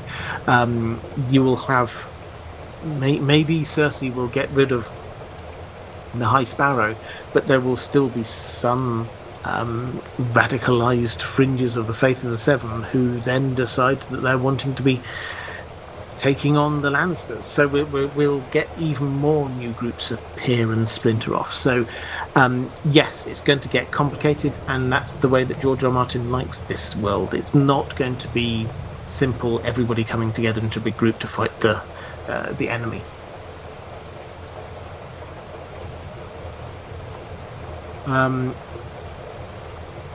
Let's go to Yeldenil. What do you consider the biggest or most interesting Chekhov's gun in your Song of Ice and Fire books? Well, that's an interesting one, isn't it? So, for those who are unaware, Chekhov's gun, very broadly speaking, the great Russian writer Chekhov said, if you draw attention to a gun above the mantelpiece or above the fireplace in Act 1 of a play before the end of the play, then that gun has to have been fired. It's just a working, and there's people like this because this does apply to what makes dramas satisfying. You can't just like highlight this random thing here, highlight that random thing there. Things have to have a purpose. There has to be a reason for you to be drawing attention to different things. So, what is the biggest, most notable thing in the Song of Ice and Fire? Well, there are lots, but there are two things that I think stand out that you explain if you're doing a headline to anybody about the story of, for whatever reason they didn't know it. The first is the seasons being out of balance. That is a Chekhov's gun. That has to be dealt with, addressed in some way. George R. R. Martin has made it clear that's not just a natural thing that the world is like this, that's just not going to get addressed. It will be addressed. It's like that for a magical reason, and a magical reason will undo that before the end of the story. So I think that's the first one. The second one is the wall. Is that if you have this massive wall that is just, it's huge, it's a ginormous thing going on, which cuts the continent in two, simply to prevent or in defense of an attack from someone, you have to have someone attacking that in some way, or getting to it, or bringing it down, or working their way past it in some way. You can't have this wall be there and knowing the others are coming, and for them to get up to it and go, oh, actually that is quite a big wall. Let's go home, lads. That's not going to happen. We have to have some kind of satisfaction about what happens with this wall, and very probably that means it has to sort of come down in some way. About which I've got another question. Gadzooks saying, I asked this during the wall stream, but I think you missed it. How is it possible for the first men in the far north for them to allow the wall to be built if they didn't consent to it being built? It seems far lengthier than Hadrian's wall, for example. Is it possible that the northern nations at the time consented to it to it being built because they didn't want to move, and that knowledge of it has been lost over time? Yeah, absolutely possible. So I think the first thing we have to say is we do not know much about what was going on at that moment in time. But if you take as the best working assumption we've got is that this wall was built after the end of the first long night, then as a protection against the others coming back, then I think we can reasonably assume that the population of humans at that time, particularly in the north, which is where the others came from, will have been quite small. So this idea that you had like these hundreds of thousands of wildlings, free folk north of the wall, that were staring at this wall being built and saying, "Nope, we don't want that." No, there probably weren't. There was probably a very small number of them left.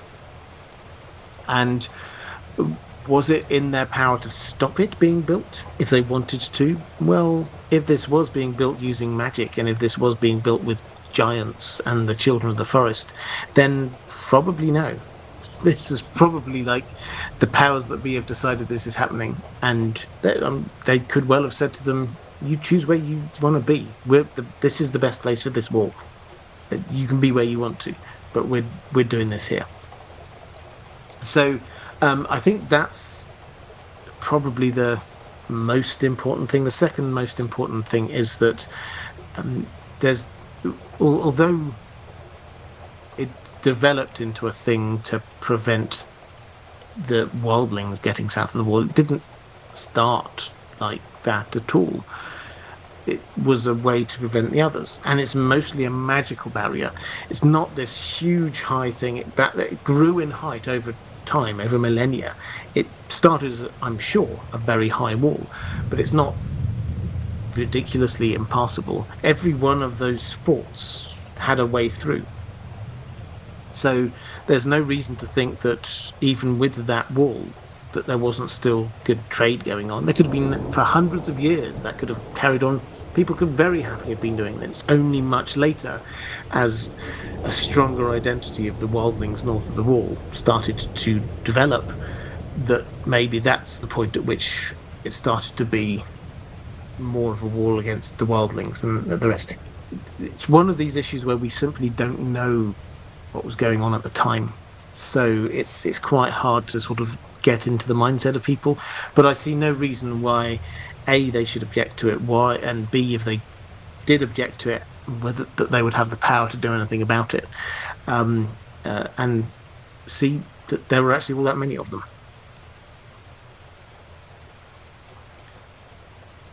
Let's go to also Gadzooks saying, on a whimsical note, tomatoes and potatoes, where are they? And in Essos, rice. So there's no tomato. People have noted this. There are no tomatoes, there are no potatoes in the Westerosi diet. George R. Martin writes a lot about food in Westeros, particularly one of these big feasts. He seems to delight in writing what each course was. In the same kind of delight Tolkien had about writing about trees, he seems to have about writing about feasts. But no, there doesn't seem to be any potatoes, doesn't seem to be any tomatoes. Why?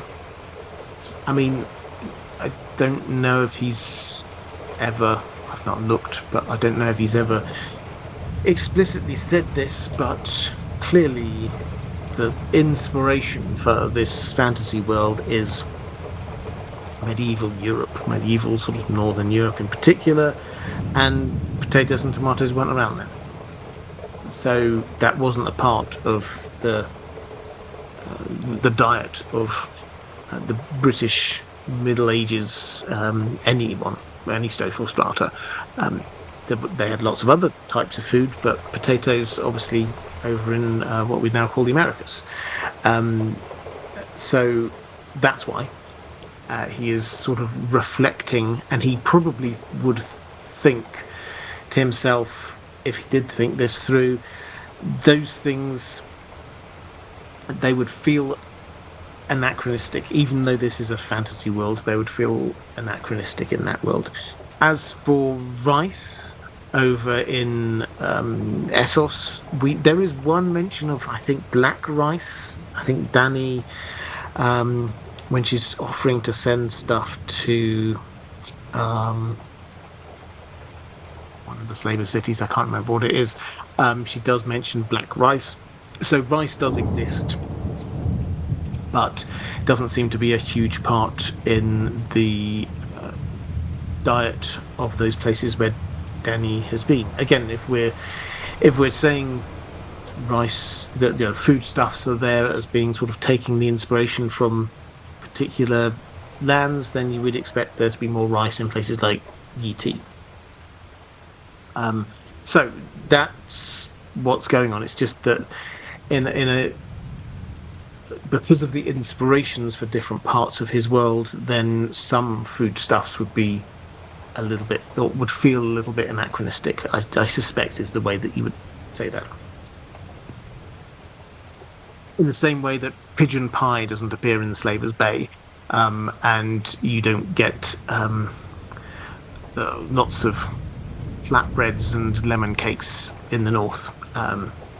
Some things can get imported, of course, but that's just the northern foods are very different from southern foods. And Chesil saying he specifically has peppers, which didn't exist in Europe either. Yep. I mean, this isn't an exact science, I think, is the answer. As I said, I don't think I've seen him actually specifically say this, but that I think is the answer.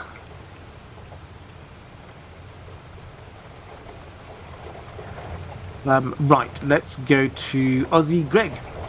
We often see the Hound's killing of Micah, the butcher boy, as a blot against him. But how is it different to Ned killing Lady? The orders were given, and Ned felt that he should do the deed. A better or cleaner, more northern job of it, at least. Sandor admittedly had to run Micah down and cut him pretty well in half, but it's no beheading, so it's no beheading to be sure. Jaime was with him, so it's not like he could let the boy go. And I wonder if it was a kinder fate than if the boy was left to Lannister hands, and heaven forbid Joffrey's. Much love to you in the mods. Yeah, I mean, I think this is an interesting, different take on this. You get that. Actually, they're wonderful if you want. The two chapters, one after another, which cover that whole incident. Really well written and act as a microcosm for showing how the different characters will operate together and will inevitably lead to tragedy and death for the Starks. That's what George R. Martin is doing with those couple of chapters. We see the way that Cersei operates, we see the way that Robert Baratheon operates, we see the way that Ned and the Starks operate within that context, and if you see all of that, you should then be able to extrapolate forward and go, this isn't going to go well for Ned down and the Starks down in King's Landing. But you do have, therefore, you have Ned who, when the decision is made that Lady, the direwolf, is to be killed, he insists on doing it himself. And the question is that intended to be a sort of a mirror to what happens with the Hound, who at the time was being built up as this really quite not nice character? It's only later that we see a slightly different side to him. Is that what's going on here with the Hound? Now, I think the answer to what you're saying is that was the death that Micah got from the Hound better than whatever he would got at the hands of the Lannisters? I mean, probably you're right. Did he volunteer to go off and do that because he felt sorry for Micah and wanted to make sure that he had as clean a death as possible? No. He could have done it in an even cleaner way if he'd wanted to, and there's no implication that he had these kind of moral qualms about it at the time. I also think that the other kind of more moral side of his character, and I always kind of hesitate that the Hound is not a morally good character, but he does get more complex and he does show a side of his character which is more moral, particularly in protecting Sansa and Arya the further into this story we get. I think, for me, that works better from his character development point if this happens before he starts making those changes. If the changes happen because of his interactions with Sansa that we see later on in Book 1, not when he's just there being told to go out and do a thing. So, but in practical terms, is it going to be a better death that he delivered it in that way? You could argue. But he probably could have done it in an even better way if that was what his intention was. And I think personally it works better in terms of the development of his character if that comes later. And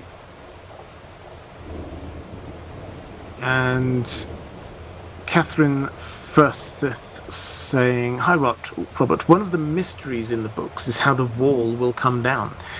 At your present best guess, what do you think will happen? Bran causing it? But then why would Bloodraven want him north of the wall? Was it predetermined?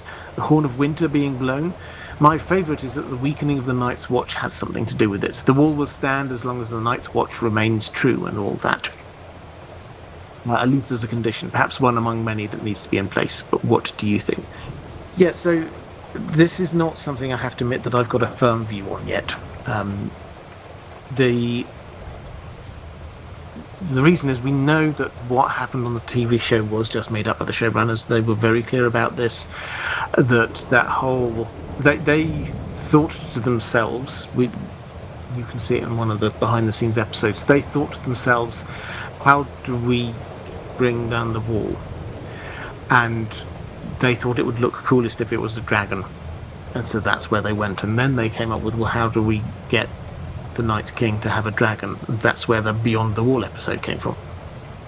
So that was their decision, which seems to suggest to me that whatever it was that George R. R. Martin was going to do, they decided not to do, or they couldn't do because they'd left out various bits, which leaves open the possibility of the Horn of Winter, which also leaves open the possibility of some kind of magical connection of a kind. I have to admit, I had thought on the TV show this is where they were going. Bran and the Night King, they made that kind of connection. He grabbed, remember, and then he was like looking at the others, and then the Night King grabbed hold of him in this kind of green dream space. That made a connection. That meant that they could break through Bloodraven's barrier and come and attack. And I thought, oh, Bran's now going south of the wall. That means that they can also come south of the wall. But they didn't seem to go down that route. So I do wonder whether that is going to be part of the answer. I think what you're saying about as long as the watch stays true, the wall will stay strong. Yes, you can definitely see that as a possible thing, but it's more like one of those ones where some people will point at and say, well, look, the watch didn't stay true. There are plenty of times in the watch's history when the watch did not stay true and the wall did not fall. So it's not it may be a necessary condition, but it's not a sufficient condition, if that makes sense.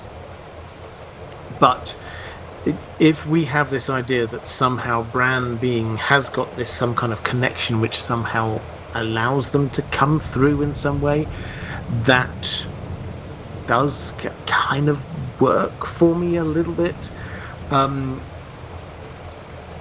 The big thing, though, is I do not think that George R. R. Martin will be able to resist having the wall come down. Even if it's only part of the wall coming down, he's got this massive wall.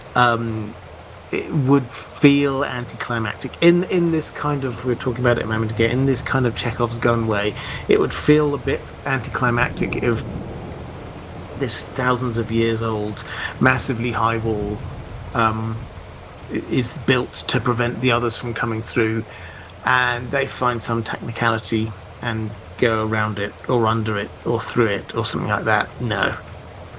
The way that this, surely George R. R. Martin loves to just ramp things up to 11. Surely what he's going to do is have the wall come crashing down.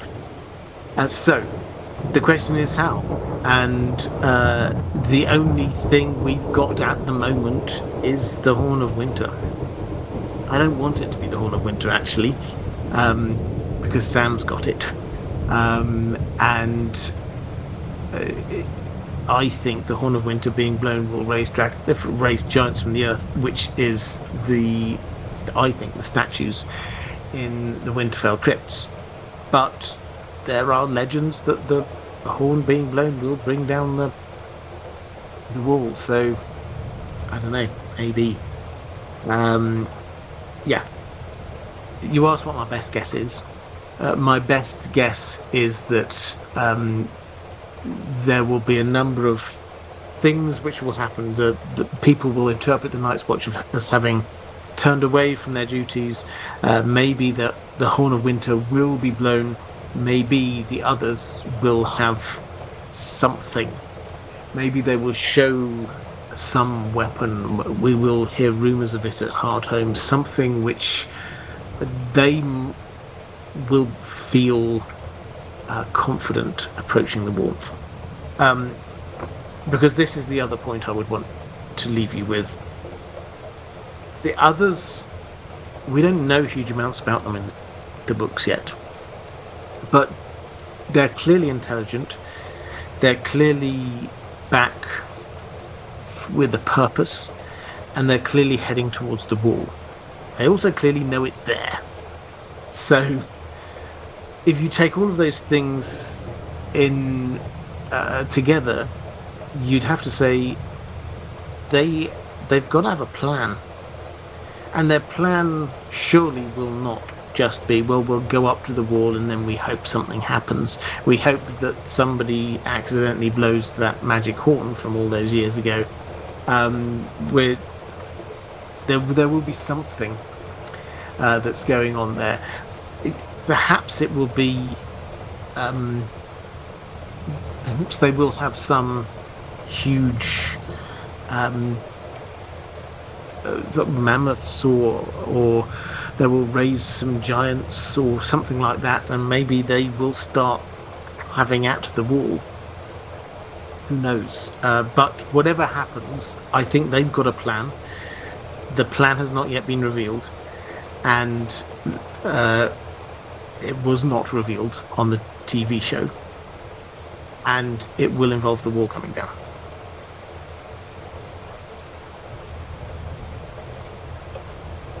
Let's go to. I think that's my Song of Ice and Fire questions. Feel free to drop more Song of Ice and Fire questions into the chat now, and I've got a few Lord of the Rings ones which I will do, but I'll pick up some more questions from the chat as we go through. Magma Frost saying, I've got a quick Lord of the Rings question. Was Minas Morgul still populated after the Witch King took over, either by people or by orcs, or was the city deserted? What happened to the inhabitants of the city when it was taken? Okay, so Minas Morgul. This was the twin city of Minas Tirith. They weren't called Minas Tirith and Minas Morgul at the time. They were Minas Anor and Minas Ithil. And they were the twin cities of the brothers, the first rulers of Gondor. Now, what became Minas Morgul was first attacked way back at the end of the Second Age. You know, the big battle. We've got the one that ended with Sauron's having the ring cut from his finger. That one, it fell. But then after he was, the ring was cut from his finger and he was basically gone for all of that time.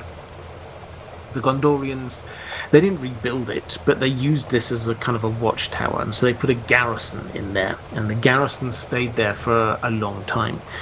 The Witch King, around the year 1000 or so, started moving in the north of Middle-earth. He took out the Northern Kingdom over a long period of time and then headed south, and to basically to retake Mordor to start with. And he and the other Nazgul, they this is around the year 2000 of the Third Age, they besieged the tower of what would become Minas Morgul, and eventually they took it. And they claimed it for their own. So the people who were there at the time, this was some Gondorians, this was an outpost there. They were got rid of, and then it was populated with what were called fell beasts and beings, or something along those lines, which is not just the flying, what we consider the fell beasts, that the Nazgul used later, but these are bad creatures. So it will have included orcs as well, I suspect, but also all manner of nasty, gribbly, bad things. And that was, and then he used that as his home base, because the Black Tower, that was going to be Sauron's, but Minas Morgul he could claim.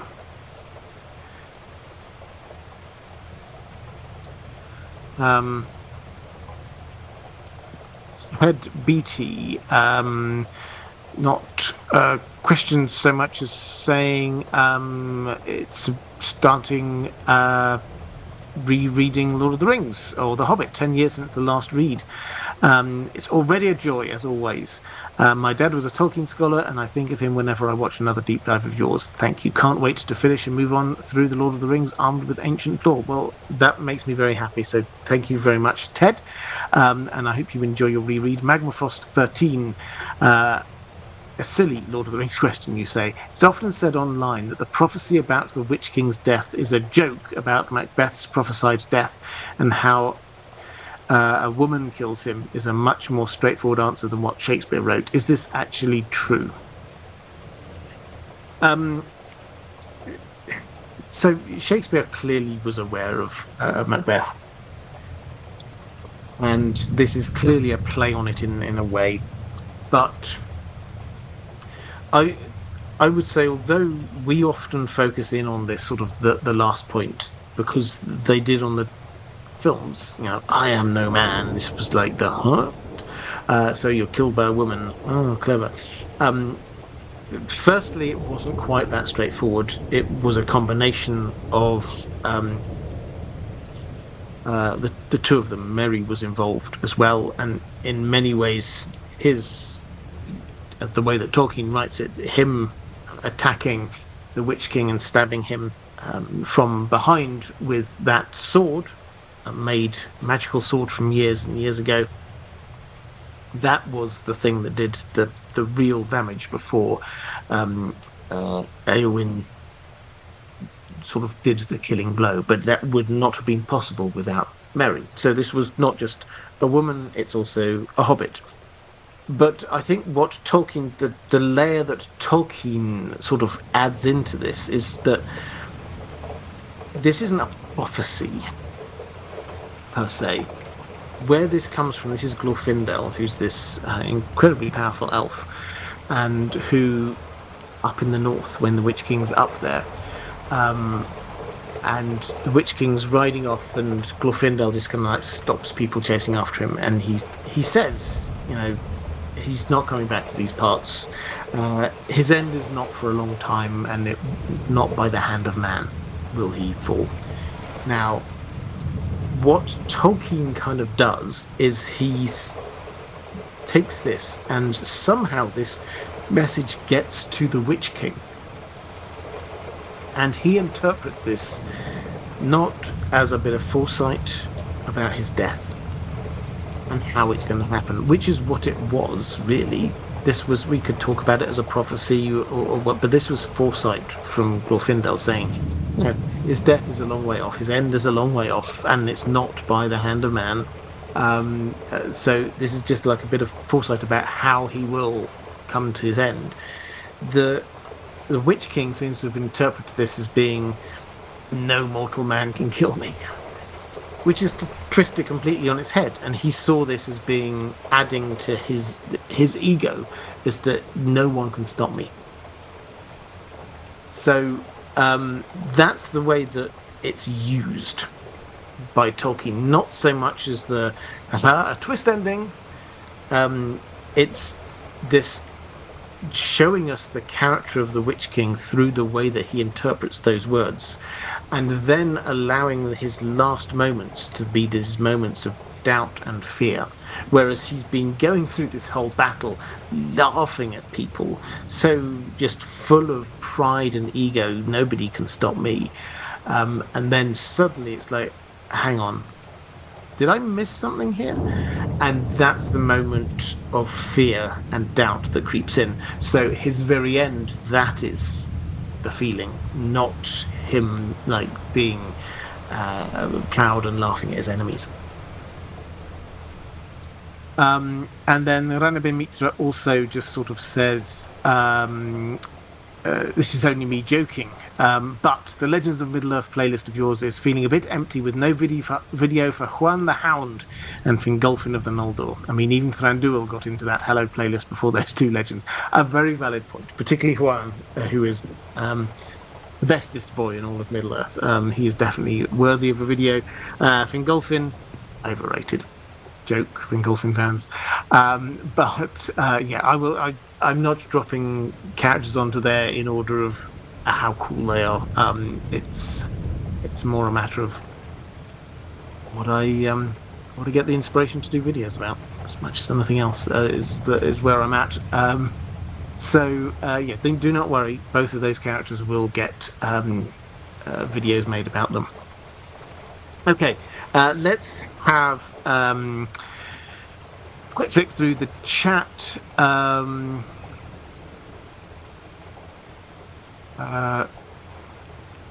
The Midnight Hour saying it meant that an elf, dwarf, or hobbit could kill him, I guess. Yes, but as I say, I think the emphasis of this, I think, should be more on how the Witch King interpreted it rather than what the technicality is. And I think that's the thing. This is why online it's often interpreted as just the technicality. Tolkien didn't write it as here's a technicality. He wrote it as here's a bit of character development. And question from Frent VR saying, a history question, why are the Gardeners, such an ancient house, never mentioned in the Long Night? We don't have much mention of anyone in the Long Night, is the short answer. We get legends of the Long Night, but within that we don't really get mentions of great houses. The High Towers were also very probably around at the time. We don't get mention of the Starks. This may well have been before the Starks. We're told Bran the Builder was the founding father of House Stark, and if he was around for the building of the wall, and if we think the wall happened after the first Long Night, then House Stark perhaps wasn't around. We have the last hero. Who is the last hero? We don't have a name.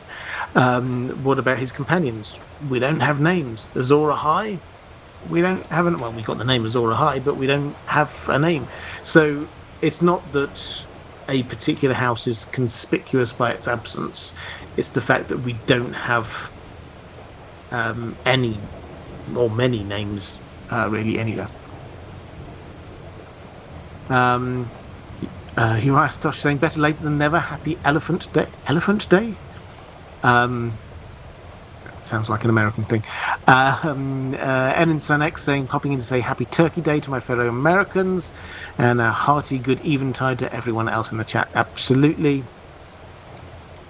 Dudley's read it before, saying the earlier question about the Hound has wormed its way into my head. Does the Hound's conscience begin waking when he sees Joffrey bullying Bran at Winterfell, the lordly older boy over one lower? Yeah, it's possible, yeah.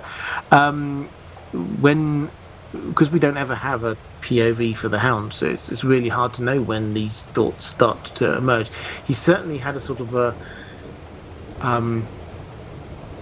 pride in not being a knight and things like that, which were there before because he saw what knights were like and didn't see them therefore as being particularly good, which seems to imply that he must have had some kind of he didn't just not care about good and evil, although he wouldn't care whether or not he was a knight.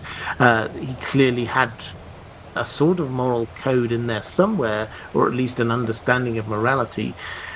So this does go deep. I mean, when I was saying if his sort of moral journey starts with his interactions with Sansa, it doesn't just start there. This is not, this is a fully rounded character that clearly did have an earlier point of starting. It's a matter of when it sort of really started pushing forward.